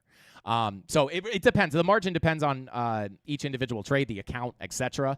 But of course, right, like you don't need $10,000 in your account to open a $10,000 position when you're using leverage. And this is where people jump in and they go, well, yeah, but that's really risky because, you know, you're borrowing money, you're going to go into debt, right? You're not going to go into debt, at least with any of the platforms that I use. The worst that can happen is you get liquidated and you lose all your money, right? But that doesn't even have to happen if you have the wherewithal and the discipline to actually set a stop loss at your invalidation and accept when you're lost and take when you're wrong and take a small loss, right? The only way you get liquidated is if you just don't use a stop loss. Why you wouldn't use a stop loss is beyond me, right? So there you go. Oh, there we go. Shout out to Tony D. Thank you for dropping that. Appreciate you. So yeah, if you guys could check out that video, I break down exactly exactly how to use leverage in a responsible manner and not be a gambler. TA is like counting cards. Yeah, you know, it is funny, right? Like, because I think a lot of people, like people who don't understand how markets move or how charts work, they approach it with the wrong idea, right? Like they think that charts are supposed to tell you exactly what's going to happen and they're supposed to be right like every time. This is not the case, right? TA, anytime I enter a trade, I don't care how good the confirmations are. Now, sure, sometimes I feel more confident about one position than another, but it's not really like that, right? I think a good comparison of like TA to something else is like a weatherman, right? Like when the weatherman says, oh, it's going to snow, right? Like more often than not, it snows. Now, sometimes they say it's going to be a blizzard and it's a little bit of a flurry, but more often than not, they're pretty close to being right. And that's about as close as you can get with your TA. And sometimes you can be much more accurate, of course. But it's not about just like picking a direction, seeing something on the chart and being like, that's it, I'm going to risk all my money on this move. That's not how it works, right? It's a game of risk management. We are not, like trading is much more about capital preservation. Like I am a professional risk manager, right? I am not a gambler. I am like the opposite of a gambler. Anytime I go to a casino, people always think it's funny because they're like, dude, you're a trader. Like, how come you're not like gambling like crazy, man? I'm like, dude, because I have no edge. Like, I'm gambling. I have no edge and I can't manage my stack, right? Like I can't, I guess unless you have a, like I think it's called surrender or forfeit on blackjack, certain places do that. But for the most part, right, like you're all in. You're either right or you're wrong, and if you're wrong, you lose everything. That's not how trading should be. If that's how you're trading, it doesn't have to be like that, right? You could be wrong. You could be wrong 5 times in a row and still not blow up your account, right? You have to understand risk management. So check out that video if you guys want to learn more. But yeah, it's I think people are just like if you say if it's going to go up and it doesn't go up, if the charts say it's going to go up and it doesn't go up, it doesn't mean the charts don't work. It's all a game of probabilities, right? And then again, of course you're gonna have like an invalidation, right? So like for an SFP trade, right? Like typically what I do is I get in on the SFP, and then the stop loss is gonna be below that liquidation wick, right? So if I break this wick, I'm gonna expect a move lower. So if price comes down there and it hits my stop loss, I want to be out of the trade. I'm wrong, but here's the thing. If I get stopped out there, I'm not going to blow up the account, right? I'm going to take a small loss. And I always recommend new traders risk about 1 to 2% of your account, maybe 3. But if you risk 1% of your account, you could lose 50 trades in a row and still have more than half your account left to come back and stay in the game. That is what trading's about, right? It's about maintaining your money. It's about managing your capital, managing your risk, not gambling for a big home run. I take singles and doubles, and then oftentimes, right, like even here, like maybe you long the value area low for a push into the POC, you get stopped out in profit. That was a single. Then you take a long here for a fulfill the volume profile on a long, there's a double. Then you take the short here for another attempt at a double to the POC and the value area low, but then you see your money flow is coming out, you're looking for a continuation, you hold it for longer, there's your home run. But you don't, I'm not, and sometimes I am shorting here expecting much lower, which was kind of the scenario here. But I'm not always doing that, right? Like a lot of times I'll have a smaller trade play out from a value area low to a value area high. And then once I get up here, it looks really good for a continuation. I hold a portion of the trade with my stop loss in profit, which is a guaranteed winning trade. And then if it goes, there's a home run. I didn't long here saying, oh my God, that's the bottom before a new all-time high. Sometimes that is the case, but a lot of times it's not, right? So it's a lot of people have like the wrong idea about trading, right? It's like, it's not supposed to be, you're 100% right all the time. And the reason it's not supposed to be like that is because that is literally impossible. You're going to lose. So like you can't have if you're going to get into trading and you think you have the best strategy, you're never going to lose, so you don't use a stop loss, you're going to get cooked every single time. So you're better off just figuring out your edge and then understanding where that invalidation is. And then when you're wrong, just stop out of the trade. Take the small loss on the chin. It's okay. At least you'll be able to come back the next day and stay in the game, right? So there you go. Now, will you be able to take as big of a position size as you would hope to make $1 billion if it does play out? Maybe you have to take a smaller position size, right? But what is that? What is that? If you're thinking, oh my God, but no, I want to over leverage. I want to put my whole account on the trade, right? Whatever it is, what are you doing? It's just greed. It's just simple market emotions, right? It's just greed. But more often than not, chasing that greed, even when it plays out, maybe you get really greedy, you long the low here on max leverage, you put your whole account on, no stop loss, and it plays out and you hit a big trade. That's awesome. But guess what? That is not going to be sustainable long term. It might feel like it. You might get lucky a couple of times and it feels really good. But trust me, take anyone who's ever tried to trade for a significant amount of time, over time, this will, honestly, over a short period of time, you're going to learn that is not how to, you're better off just taking small wins and then finding the next setup. And then, small win turned into a home run? Great, right? You're not, like, if you just swing for home runs, you're going to go broke because you might get lucky once, but this is not going to be repeatable because then you take one and you get a massive win, right? Then you take a short and you're like, oh, I'm a genius. I'm going to take a massive short here, no stop loss, right? Oh my God, I'm a genius. Wrecked. Now you just ate up all your profits, and now you're at a loss, right? So small losses, big wins. That's like the name of the game. And I know it sounds super simple, but it's, your win rate is so significantly less important than your risk management. Risk management will always trump your win rate. If you have a good enough risk management strategy, I do this all the time, right? If you have a good enough risk management strategy, you could take 5 trades in a row, right? You could take these 5 trades, if I could space them out, right? You could take it, oh, I lost. Take it, oh, I lost, right? That's okay. Tiny losses for potential big gains, right? Maybe it's even more gains, right? But you could lose 3 out of 5 of these. You could lose a majority of these trades. Loss, loss, loss, loss. Maybe you hit TP1, get stopped out in profit, and then this one plays out in full. This partial win and this full win will pay your losses plus profit, right? Because you're taking a controlled loss here. Again, if you risk 1% of your account, meaning when you get stopped out, you only lose 1% of what's in your account, You can lose 50 trades in a row. And if you have $1,000 in your account, you lose 50 trades in a row, you'll still have $600 left in your account. And if you lose 50 trades in a row, let me know, because that needs to be studied. I don't even think that would happen. That wouldn't statistically be likely if you were to flip a coin. You're bound to get a winner, right? And that's not even what you're doing. You have an actual strategy, an actual edge. So that's the key, right? People always tell me like, oh, you're like some of my friends will be like, oh, you're a trader. Like, how many times in a row have you won so far? And it's like, that's like the wrong metric. Now, obviously, you want to win as much as possible, but like that's just like, it's a very newbie question, right? Like, it's not really the question that's important, right? Maybe this was a really difficult week of trading, and then maybe next week there's going to be a really good week of trading. Now, if I have a difficult week of trading with good risk management, it's no big deal. I take a small loss, I take a small loss, I take a small loss, I get a decent win and a huge win. This will cover these every single time. But if I have a bad week of trading and I'm not using a stop loss and I get wrecked, right? And then I'm like reloading my account, and then I hit a big trade. I'm like, okay, cool. I'm still in the red at the end of the day, right? So risk management over everything, guys. I cover this. I talk about this all the time because it's like people always want to know there is no shortcut to trading. It's a difficult journey, but the secret to trading is stop chasing the best strategy, right? There's so many profitable strategies out there. Chances are if you're not making money, it has nothing to do with the strategy. Trading ICT works, smart money concepts works, volume profiles work, Fibonacci retracements work, moving averages work, right? Like, there's so many good strategies out there that are profitable. 99% of the time when people struggle trading, it has nothing to do with the strategy. It has to do with the management of the trade and the emotional control, right? I could take one trade and someone else can take that exact same trade. I could make money. They could lose money. How is that possible? They FOMO, they hold the trade too long, it goes back into the red, where I'm taking multiple take profits and moving my stop loss along the way. It has everything to do with risk management. That is the secret to trading. Emotional control and discipline, and your risk management strategy, being disciplined with that. That is the secret to trading. It's just like not the sexy answer that everybody wants, but it is the answer. Trust me, I've gone through the thick and thin of it. I've blown up more accounts than probably anybody in the chat. I could promise you that. I've blown up so many accounts. I started off with the worst mindset, the worst outlook on trading. It wasn't until I stepped back and said, how bad do you want it, Frankie? How bad do you want it, bro?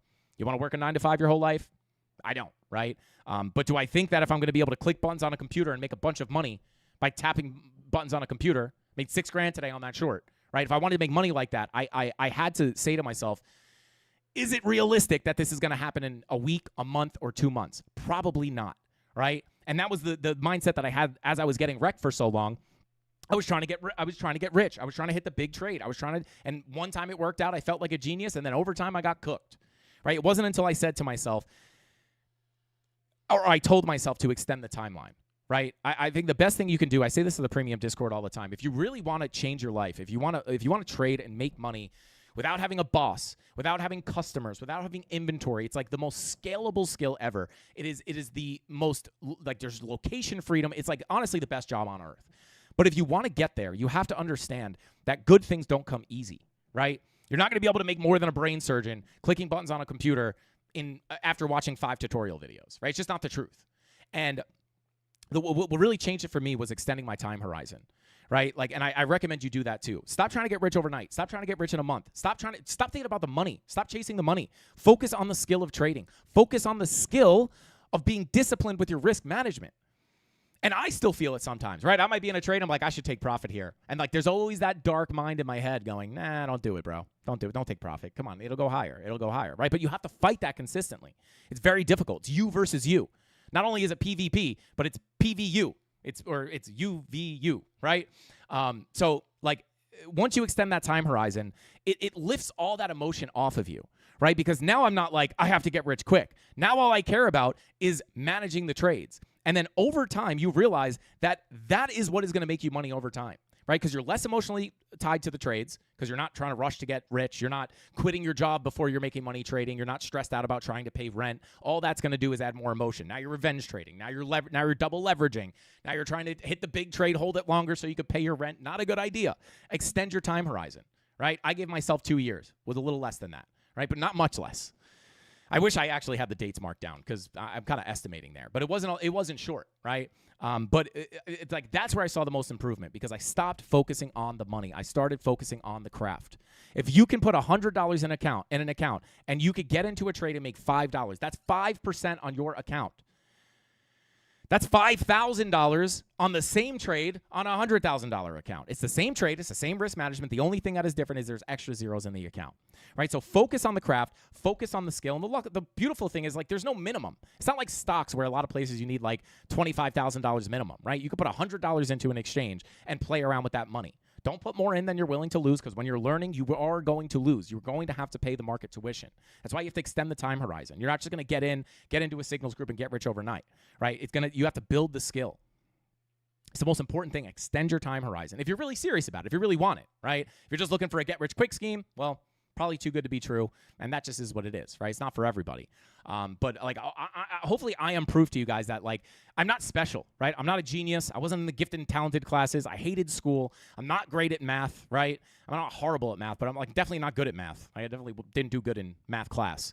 But that's because they started involving letters and stuff, which makes no sense to me. But like, I'm like a normal person, right? Like I got okay grades. Like, I wasn't a good student. Like, I never really fit in.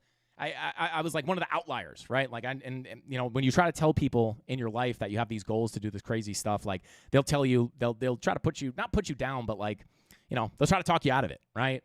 And I'm not special. That's why I truly believe that everybody in this chat, if you have the wherewithal to sit through a live stream and learn this stuff and actually pay attention, like, you can watch the live stream and look for a key level and then hope you could short it and make money, right? But if you're not paying attention and putting effort in, you're not going to get anywhere, right? And that's just the truth of it. And hopefully I'm proof. Like, I'm not special. I'm not a genius. I have no secret information. There's no secret strategy that I don't talk about. There's no secret indicator that I'm looking at that I don't talk about. I share everything that I know, right? But, like, you could be just as good at TA as me, but you might not be as good of a trader. And that's because they're two separate things. You might have the best plan, you might have the best strategy, but if you don't stick to the plan, and I have that same plan and strategy, and I follow the plan, one of us is going to make money, one of us isn't, right? But no one could force your hand to take the profit. It's like working out. You can have the best workout plan. If you're not putting 100% effort in, if you're not pushing yourself to your max, if you're not pushing yourself to failure, you're not going to see results. Or if you're actually following the plan, but then you go home and eat 50 donuts, you're probably not going to see good results, right? It's not because the plan is bad. It's because your discipline is bad, right? It's the same thing with trading. Anything hard, right? Like, why does not everyone walk around jacked with a six-pack? It's because it's very difficult, right? You can have the best trainer. If you're not doing the work, it doesn't mean the trainer's not good. It just, you know, you have to make your own decisions. You have to pull your own weight, right? So trading's the same way. And I promise you, if I could do it, you could do it. You'd probably be better than me, right? I'm just a normal person. So that's why I'm so passionate about coming up here and teaching you guys this and sharing with you. There is no secret strategy. I love my strategy. I think my strategy is really good. But if somebody told me, hey, I flip a coin long, short every day, and I use good risk management, I'm making money, that's good. That's fine, right? So there we go. Pros attacking me. How you know I ate 50 donuts? Shout out to Tony D. No, I am attacking my old self, though, because I have the same mentality as a lot of new traders, right? Now I have a different perspective, right? I see new traders who, like, ask questions and make comments, and I'm just like, man, it's like I feel like it's my old self on the other side of the screen asking these questions, and a lot of people will say, man, I feel like he's talking directly to me. And it's because I have actually gone through the same journey as you. And I've actually messed it up in the worst ways possible. So, like, when I talk about this stuff, I am talking directly to my old self, because I would have saved so much time and so much money and so much stress if I had just, like, taken a step back, stopped rushing things, accepted that something as good as being a trader would take a lot of hard work and time. As soon as I gave myself that opportunity to just I gave myself the permission. It's okay if it doesn't happen in a year. It's okay if it doesn't happen in 3 months. But surely, if I just focus on the craft for 2 years, I made it longer than I thought it would take. I said, I'm just going to focus on the craft. Surely, if I focus on the craft, risk management, and I stop caring about the money, I just focus on the craft. Other people are doing this. If I focus on the craft, surely in 2 years, I'll be better than I am right now. That would be unreasonable. If I actually put my 100% in, it would be unreasonable to not expect to be better in 2 years. And it wound up being less than that, right? So shout out to you guys. I know you can do it. And if you feel like you're at that point in your trading where you want to give up, I promise you, I say this, I used to say this in the beginning of my channel all the time. It's like that meme where the guy's digging in the dirt and he's like really tired and he finally gives up and he walks away and he was like one more hit from getting to the diamonds. It's like that is so true, whether it's trading or just something in your life, right? It's like typically right when you're getting tested and you want to give up, that's where the breakthrough is. And I've experienced that multiple times in my life in different aspects, and it's 100% true.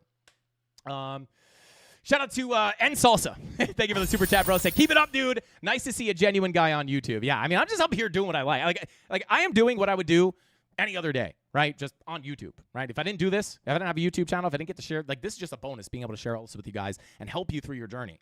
And it's like, yeah, it's like I always want to like lecture my old self so much that it's like I love doing this because I love helping people. Like when they tell me like, man, how come every time I get into a trade, like I always want to move the stop loss down? I'm like, wait, I did this too.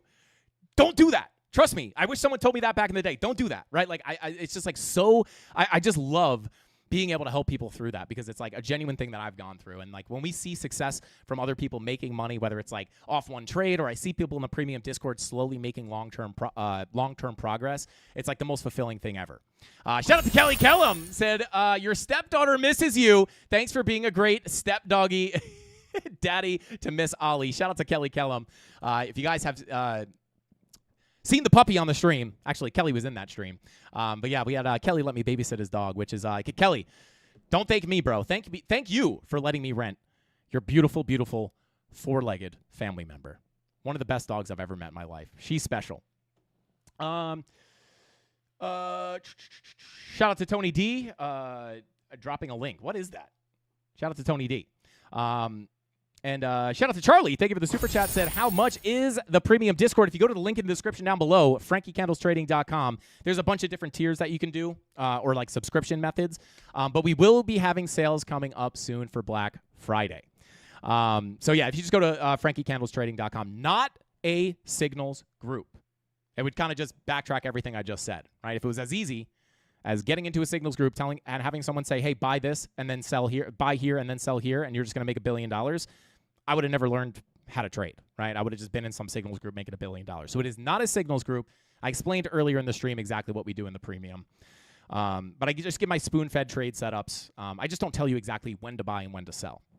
I teach you exactly how I trade, and I show you my personal setups that I'm waiting for and what I'm looking to take them. Open it and show the class. It's safe. Shout out to Tony D. Well, stick around, guys, for the Frankie fake out because I'm not opening this live. Shout out to Tony D. It's going to be like a picture of me from the pandemic with super long hair.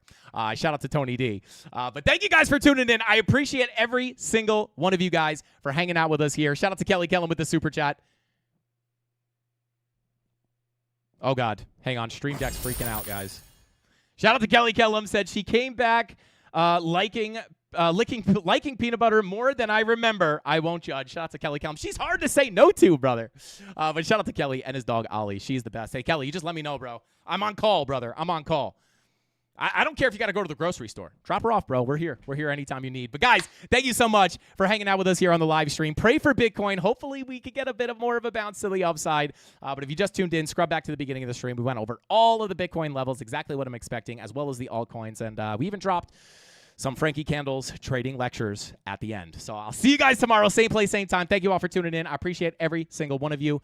That's all I got. Hasta pasta. Frankie Candles out. Bing bong!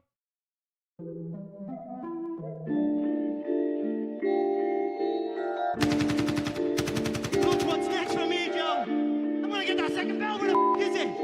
They should have had them 2 bells ready. Spit shine for me. Yeah. Head up in the clouds, dog, they saying I look stressed. I've been feeling down, pray to God that I'm up next. Remember when she blew me off, that's why I can't text. Now she call me petty, but I swear I can't forget. This ain't a test. Now they saying that I ball like Jerry West. Coming back for what is mine, can't take no less. I said go and take a shot, so I need your best. And stop the threats, don't know what is in me. I don't got time, I'm not giving the energy. Too many people around me, I'm finicky. I do not mess with you, dog, you're not kidding me. You don't got way too close. I been up at the top now, so they all wait for the landslide. I seen too many people that switched up, whose man's high. Through it all, I stay the same, I swear to God, I can't lie. Been down so damn low that I came up from my life. They talk way too much on the internet, it's not real life. I swear my fam waiting, I can't lose and I'm still right. Still right, I swear that I'm working them up till like midnight. It's real life, I got a time and I'm coming to get mine.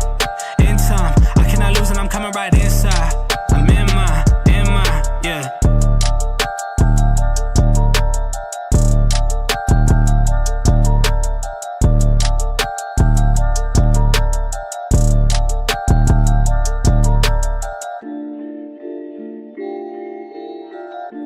All right, guys. Shout out to Tony D. It was safe. It was safe. Here is that meme. Or not meme. I just call it a meme. Here's that. What would you call this? I don't know. Here's the thing, right? You're digging. You finally gave up.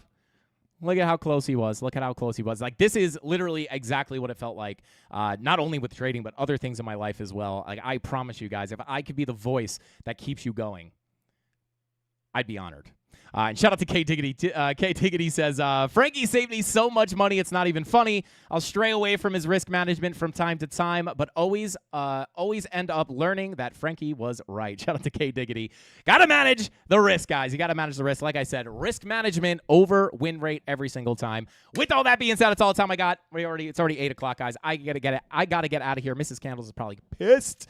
But I'll see you guys tomorrow. Same place, same time. Pray for Bitcoin. Hasta pasta. Frankie Candles out. Bing bong!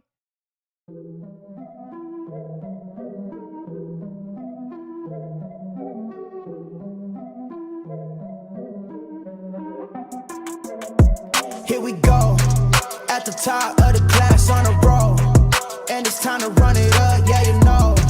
Maxed out, put the pedal to the floor, ayy, on the road, here we go. Yeah, we winning by a landslide. Never see me coming, I'm a landmine. Yeah, I ain't taking orders in command like, yeah, you about to see me on demand like, you know on demand.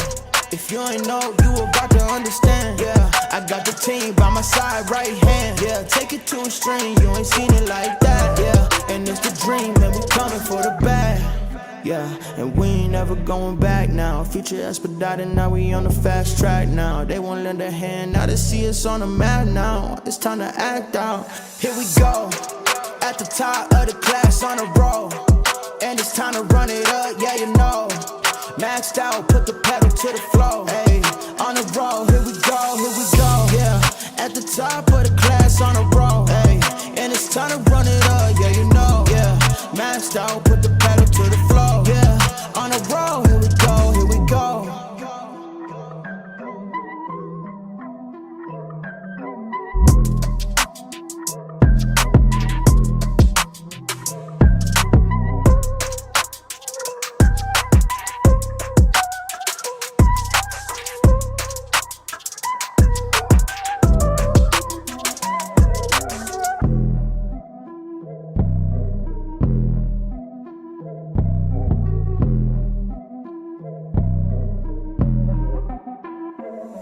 Here we go, at the top of the class on a roll, and it's time to run it up, yeah you know. Maxed out, put the pedal to the floor.